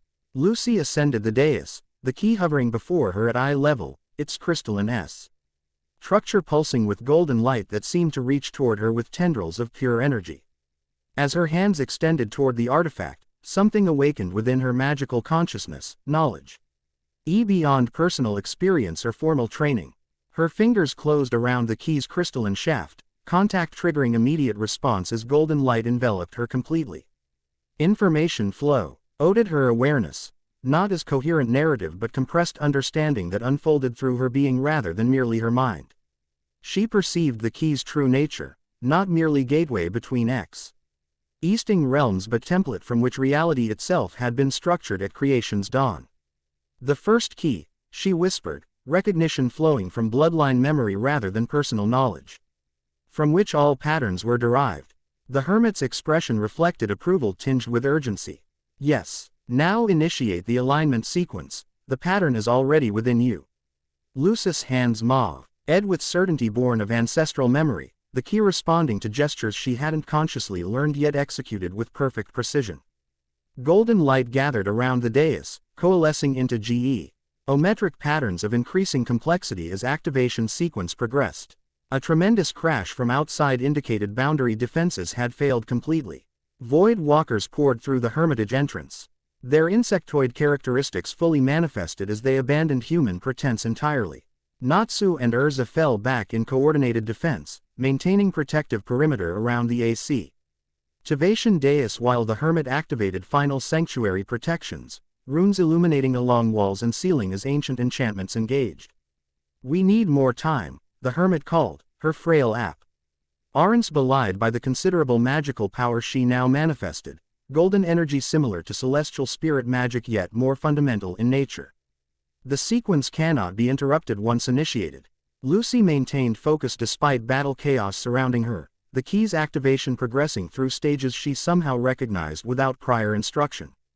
Golden energy expanded outward from the dais, creating translucent dome that temporarily separated their position from ongoing combat, a bubble of altered space-time where the activation ritual could continue uninterrupted. Through this protective barrier, she observed the Hermitage's interior transforming into battleground, Natsu's flames creating strategic zones of advantage while Urza's blades found vital points in the Void Walker's alien physiology. The Hermit herself demonstrated combat capability belying her apparent age, celestial magic manifesting in forms Lucy had never encountered in standard texts. The key's activation reached critical threshold, golden energy coalescing into stable gateway rather than merely protective dome. Through this portal, Lucy perceived multiple realms simultaneously, Earthland, the elemental nations, and the celestial spirit world forming primary vertices in complex geometric arrangement, with additional dimensions visible as tangential connections within the structure. The convergence framework stabilizes, the Hermit confirmed, satisfaction briefly overcoming combat focus. Now we require only the Fox God's presence to complete full activation. As if summoned by these words, reality distorted near the Hermitage entrance, golden light coalescing into humanoid form as Naruto materialized through self-created pathway between locations. His appearance had evolved further since our separation at the Historical Society, divine aspects more prominent though still integrated with human form rather than overwhelming it. His arrival immediately altered combat dynamics, Void Walkers, redirecting focus toward this new threat with recognition that transcended tactical assessment. They perceived fundamental opposition to their cosmic agenda, the creator of boundaries they sought to dissolve, the architect of differentiation they considered cosmic error. The fox returns to defend his flawed creation, their leader declared, insectoid mandibles clicking beneath humanoid facial features in expression of contempt. Still clinging to separation when unity offers perfection. Naruto's response demonstrated unexpected philosophical depth beneath combat readiness.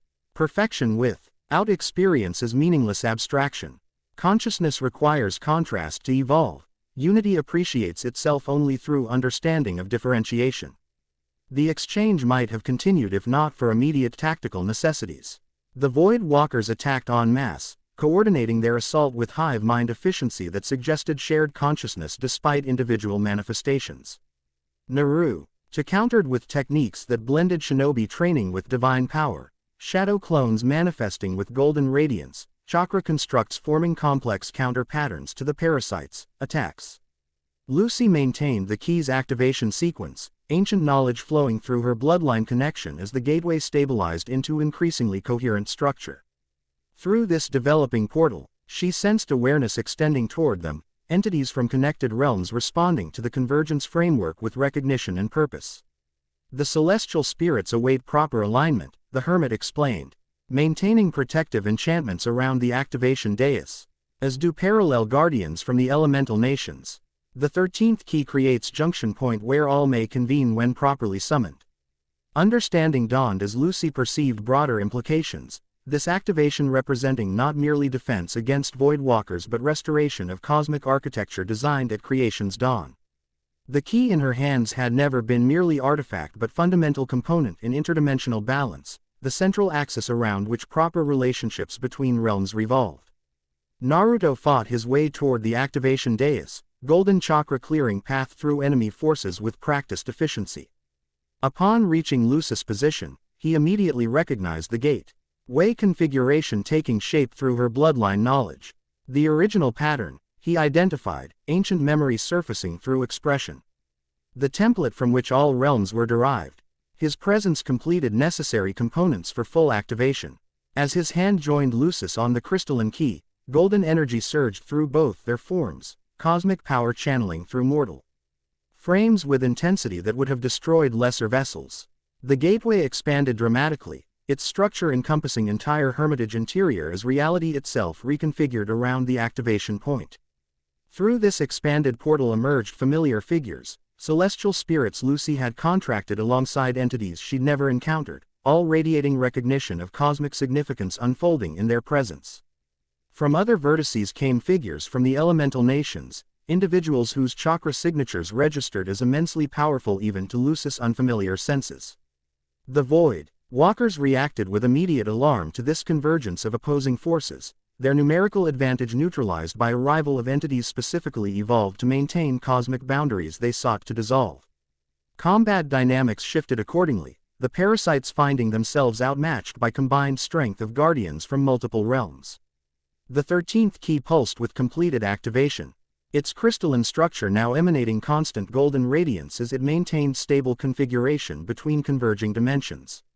The original pattern manifested fully, not as theoretical construct but functional architecture allowing controlled interaction between realms while preserving essential boundaries. The convergence stabilizes according to original design, the Hermit observed. Satisfaction evident despite battle fatigue. Controlled pathways rather than chaotic collapse. Lucy perceived truth in this assessment through her expanded awareness, feeling balance restoring acro. Connected dimensions as proper relationships reasserted themselves according to patterns established at creation's dawn. The Void Walker's agenda of forced homogenization found itself countered by architectural restoration that maintained both connection and appropriate separation between realms. Their leader recognized defeat before his subordinates, insectoid features contorting in expressio. Lucy interpreted as frustrated calculation rather than emotional response. This alignment merely delays inevitable, he declared, already beginning dimensional withdrawal that would preserve his essence for future opportunity. Separation remains fundamental error. Unity will eventually prevail. With that pronouncement, the Void Walkers initiated synchronized retreat, not physical withdrawal b. Dimensional phase shift that removed them from current manifestation plane. Their forms dissolved into shadow particles that dissipated through microscopic reality fractures, retreating to whatever interstitial spaces they occupied between established dimensions. As immediate threat receded, the Hermitage's interior gradually returned to normal configuration, though normal now included expand. Gateway maintained by the 13th key in Lucy's hands. Through this portal, representatives from multiple realms remained visible, cosmic alignment allowing continued communication without full manifestation. The original pattern is restored, Naruto confirmed, divine knowledge flowing through his expression as he observed the stabilized configuration. Not as rigid separation but control a depermeability, allowing necessary interaction while maintaining essential differentiation between realms. Lucy felt the key's activation sequence complete itself, ancient knowledge receding from IMM. Ideate consciousness though remaining accessible through her bloodline connection. The artifact settled into stable operation mode, maintaining gateway configuration without requiring constant attention from its handlers. The Celestial Covenant's purpose stands fulfilled, the Hermit declared, aged features reflecting profound satisfaction. After centuries of preservation, the prophecy reaches completion. When divided seeks wholeness once more. This resolution brought immediate practical benefits. Reality disturbances plaguing Magnolia ceased completely as proper boundaries reasserted themselves according to original cosmic architecture. Yet Lucy sensed this represented beginning rather than conclusion, foundation established for developments that would unfold across connected realms in coming days. The 13th key must be properly secured, the Hermit continued, addressing immediate logistical concerns now that existential threat had receded. While activation is complete, my maintenance requires appropriate guardianship, individuals connected to both its cosmic function and practical operation. Her gaze encompassed both Lucy and Naruto, assessment evident in her expression. The Heartfilia bloodline and the Fox God's consciousness, now reunited with divine nature yet maintaining human perspective. Together, ideal caretakers for power that bridges mortal and cosmic realms. The responsibility implicit in this statement registered clearly despite exhaustion following intense magical exertion. Lucy exchanged glances with Naruto, recognizing parallel journey they had undertaken, her ancestral connection to cosmic architecture complementing his divine nature tempered through human experience.